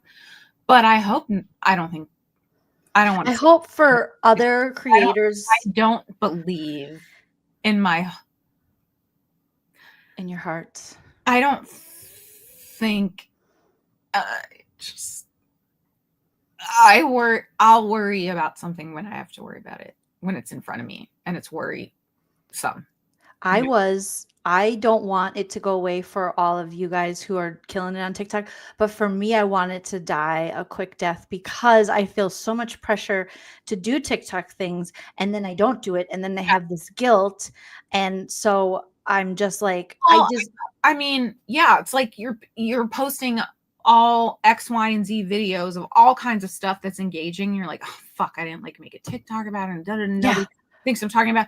But over time, I just get so many violations. Like it's like my account gets in trouble for stuff that I'm like, I don't even fucking care. Like 100 people will see this video, and then the next thing you know, 500,000 people see the next one, and it's just like it's crazy. I can't. Whatever. Like I'm there because I'll live stream. Maybe I'll Instagram live stream more. I don't know, but it's just it's just so unreliable is the issue, or not unreliable. It's just inconsistent. So inconsistent that like I use it, but I can't rely on it. And so I'm just over time, like, I suppose out of I don't know what the word is, but it's like, once I stopped making money on TikTok, I realized I was never going to be able to make money on TikTok, like through that creator program, because of the types of videos I make. It would never it would constantly violate me because I never recognize anything as original. And I would have to send these essay long explanations back during every appeal about this is, a decade's worth of footage and editing and compiling and audio tracking and blah, blah, blah, blah, blah, blah. And then half of those appeals would get passed through and half would still get rejected. And then I get kicked out of the program because if you get 5 more. So it just was this is more pain. This is not worth the pain that it's giving me. So it's just I don't even fucking care. So it's I just can't, if I'm not going to hawk Tua, just kidding. Hawk Tua. If I'm not going to hawk bullshit on TikTok Shop, they don't care about me. So it's I'm not going to try to ask people to spend money on shit just so I can get some. I never have ever wanted to do that. And I never. It does seem like that's what it's turned into. No, literally, I've bought more stuff on TikTok than I've watched TikTok. Really? Yeah. I've never bought anything on TikTok Shop. Oh my God, I got the little microphone thing. I got a light. Because I never want it in my algorithm. I'm like, so like, get the fuck off my fucking feed. Get off my feed. Like, I'm not on Amazon right now. I'm not here for this. Like, this isn't what I'm on here for. And I hate it. So I'm like, no, I'm not selling. I'm not out of here. Promote your Temu bullshit just because I can make like $1 if somebody buys some $3 thing. Like, I don't know. That's like Temu. I'm sure they've hit you up. They hit me up. No, and I said, nobody asks me to do this ever. What? Nobody, I do I not. bet it's in your spam. Look for your spam. DM'd at all. I asked Temu for to a person a ridiculous amount of money because I said if I'm going to sell my soul, they're going to be paying me like I don't want Temu. No offense to Temu, but I just don't. And so I asked them for a ridiculous amount, and they were like, "I'm at this time we cannot offer that." I was like, "Okay, well you let me know when this 6-7 figure."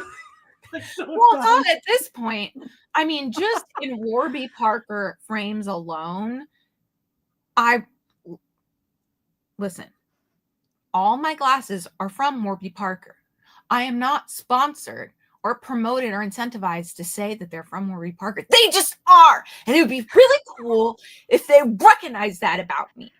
That's all I'm saying. You got to reach out to them. You got to I tried, but it was 50,000 followers ago, so I probably should try again. Girl, do you have an influencer packet? I don't know what that is. I'm gonna help you. I'm gonna help you. You and me. Thing, here, we're gonna about those either. You have a what thing? Affiliate link. I have an Amazon thing. I can go live on there. I don't want to do. I don't want anybody to spend money they wouldn't already spend. Just but because only have it on stuff that you actually believe in. Don't just put it on any bullshit. That's what I like. If people ask me what I use or what I like, I'll say.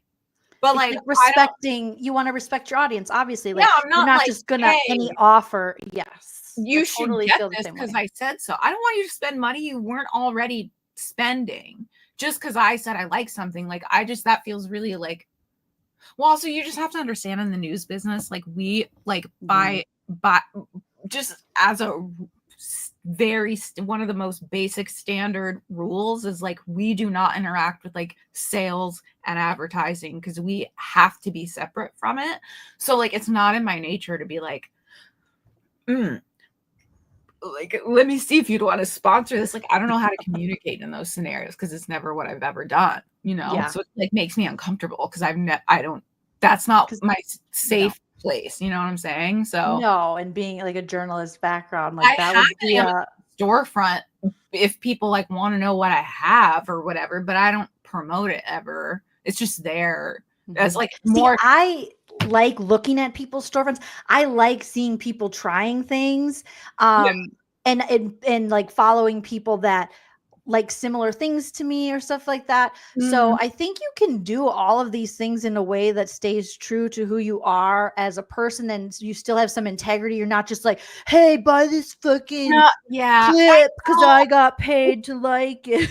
It's just a matter of like I still in some way have to promote that it exists. And so I think I just don't ever do. I'm never like, you guys check out my storefront. Like I literally never say that. I haven't even made a storefront yet. I have had all the things for a year, and I've been saying, yeah, I'm going to do an Amazon live. I'm going to do some stuff. And then I haven't done it. So I don't want to do an Amazon live. That makes me uncomfortable. I don't want to do any, I don't know. How do you want to do it like Lala? I know, where they sit in some fucking room. They roll up to like some Amazon placeholder office and they just sit there because they have some standalone rack behind them. They're all the same unless you're doing a tour of where they live, which we don't have time to get into this tonight. You should though, but I would totally try. Did one. And it was like it was like, look at this cat litter robot box I have, even though like I haven't been with any of my pets in like 8 weeks, but like this cat robot litter box is amazing. And I definitely got it on Amazon. And I was like, I would love Litter Robot to sponsor. No, I'm with my cats 24 hours a day. I can't talk about her. You were gonna say something. Who is she? I don't want to talk about it. Okay, You were we're not talking about her. You We're were not gonna talking say about her. something about the Amazon storefronts. Oh, yeah. Oh, see, I think you would be great at this because you have great style and just like look behind you right now on your racks. I would totally watch well, you and I, we like similar stuff. So that makes sense. But like you have great style and you have great clothes and all this stuff. So I would totally watch you but I enjoy those kind of things. I told my husband, I go, I'm just a consumer and I am not going to hide it anymore. I buy things and I know that's bad. And I know I'm supposed to feel bad about myself, but I don't. Be honest. Be real. I don't. I try to recycle when I can, and thrifting is occasional too. But I am a consumer. Okay, so I'm being real. I know you're not. My husband laughed. He's like, "Oh my god!" I'm like, "No, you just have to get used to. I'm a consumer." Me too. I just like it, and I just like stuff. It's a plague. I don't return stuff. I give it to other people. I enjoy giving things. Wear it. That's what it was supposed to look like the whole time on my skinny friend. Like, and I'm like, no, I'm not gonna. Oh, you could return it. I'm like, no, I don't. I don't do that because I just don't, and I won't. I want to. But it just I bought underwear on Amazon and I don't know if I was just having body dysmorphic disorder, but they're this big and I showed my husband and they haven't returned them because I will find someone who can use the underwear. Someday. It's like, there's somewhere. I don't return. This isn't the mall where I can just drive up and be like, here. I have to go put it in a package. I have to print out a label. I have to go to the post office. I have to do a whole thing. Do you know how much? I know it'll probably take less than an hour, but still, do you know that that equals 97 hours for me? Yep. 1 hour of a task is like basically 8 days of my life. I can't do that. No. And that is another ADHD thing. Is like us thinking about that. These small tasks are like, they're not though. Here's my favorite part about the Adderall shortage, right?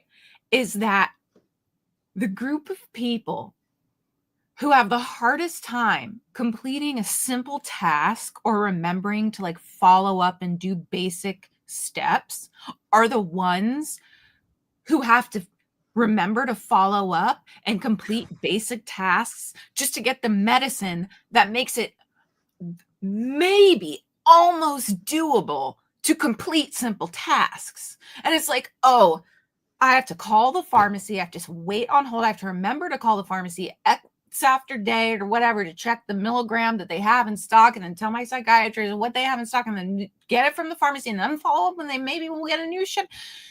We are the wrong group. Wrong group. They did that with me. Now they were like, my psychiatrist is like, you can now use Optum, which they deliver it to your house. I was like, that's amazing. But there's been a Vyvanse shortage. So now they're like, okay, you have to call this pharmacy see if they have it. But my insurance is like, but we don't want you. Want you going to Rite Aid. But I've always went to CVS. And then they're like, well, we don't even have it. And we can give you the name brand, but it's going to cost you a lot of money. We'll only give you the generic. But also, if you could call us back, being Optum, every couple days to see if we have it. And I'm like, I can't do that. And I will call.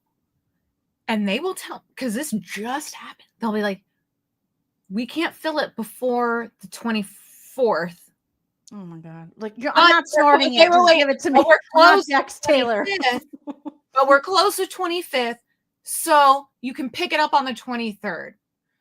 Hey, my refill status says to call. We don't have anything in the queue. Well, they said that I could pick it up on the 23rd because it's ordered on the 24th, but then you guys are closing early and then you're closed on the 25th. No, it's illegal. We can't fill it up 1 day sooner than the 26th. Even though we're da-da-da. I'm like, okay, well, they said it would be ready. Well, it's not. Okay, so which day can I get it? Thursday. Okay, so Thursday. So do I need to call back in? Now it's Thursday. I'm calling again. Okay, nothing's in the queue. Okay, which medications are you calling about? This one, this one, this one. Can you fill this one? Do I need to call back again tomorrow when it's ready? It's like, nobody's trustworthy. I can't believe anything, any pharmacist. It's like, I just have to, until I get them in my possession, nothing is okay. Like I have to always be searching, following up, hunting, calling, checking. It's a never-ending cycle. And it's because of Jax Taylor, because he's allegedly snorting it all. What not fair? Who would deal well with the shortage? I don't know. Somebody who's not me. Okay. Can someone with a different ailment have a shortage? Why has it got to be us? This is the worst group of people to be in a shortage of anything. You don't understand. This is a disability. Dead ass. Like, if people don't want to recognize that or admit that, that's fine. That's on you. That's on them. But like, it is. It is.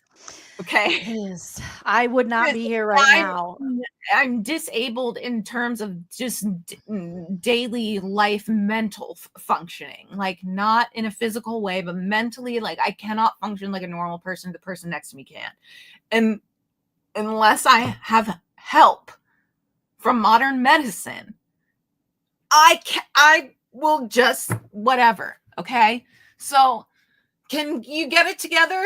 So Jack, stop snorting it. Like, I should be able to get it. Hey, Luigi, I need the rest of your representatives to come and fulfill the rest of your promises and get it together for us. Thanks. Love Luigi Mangione. Love you so much.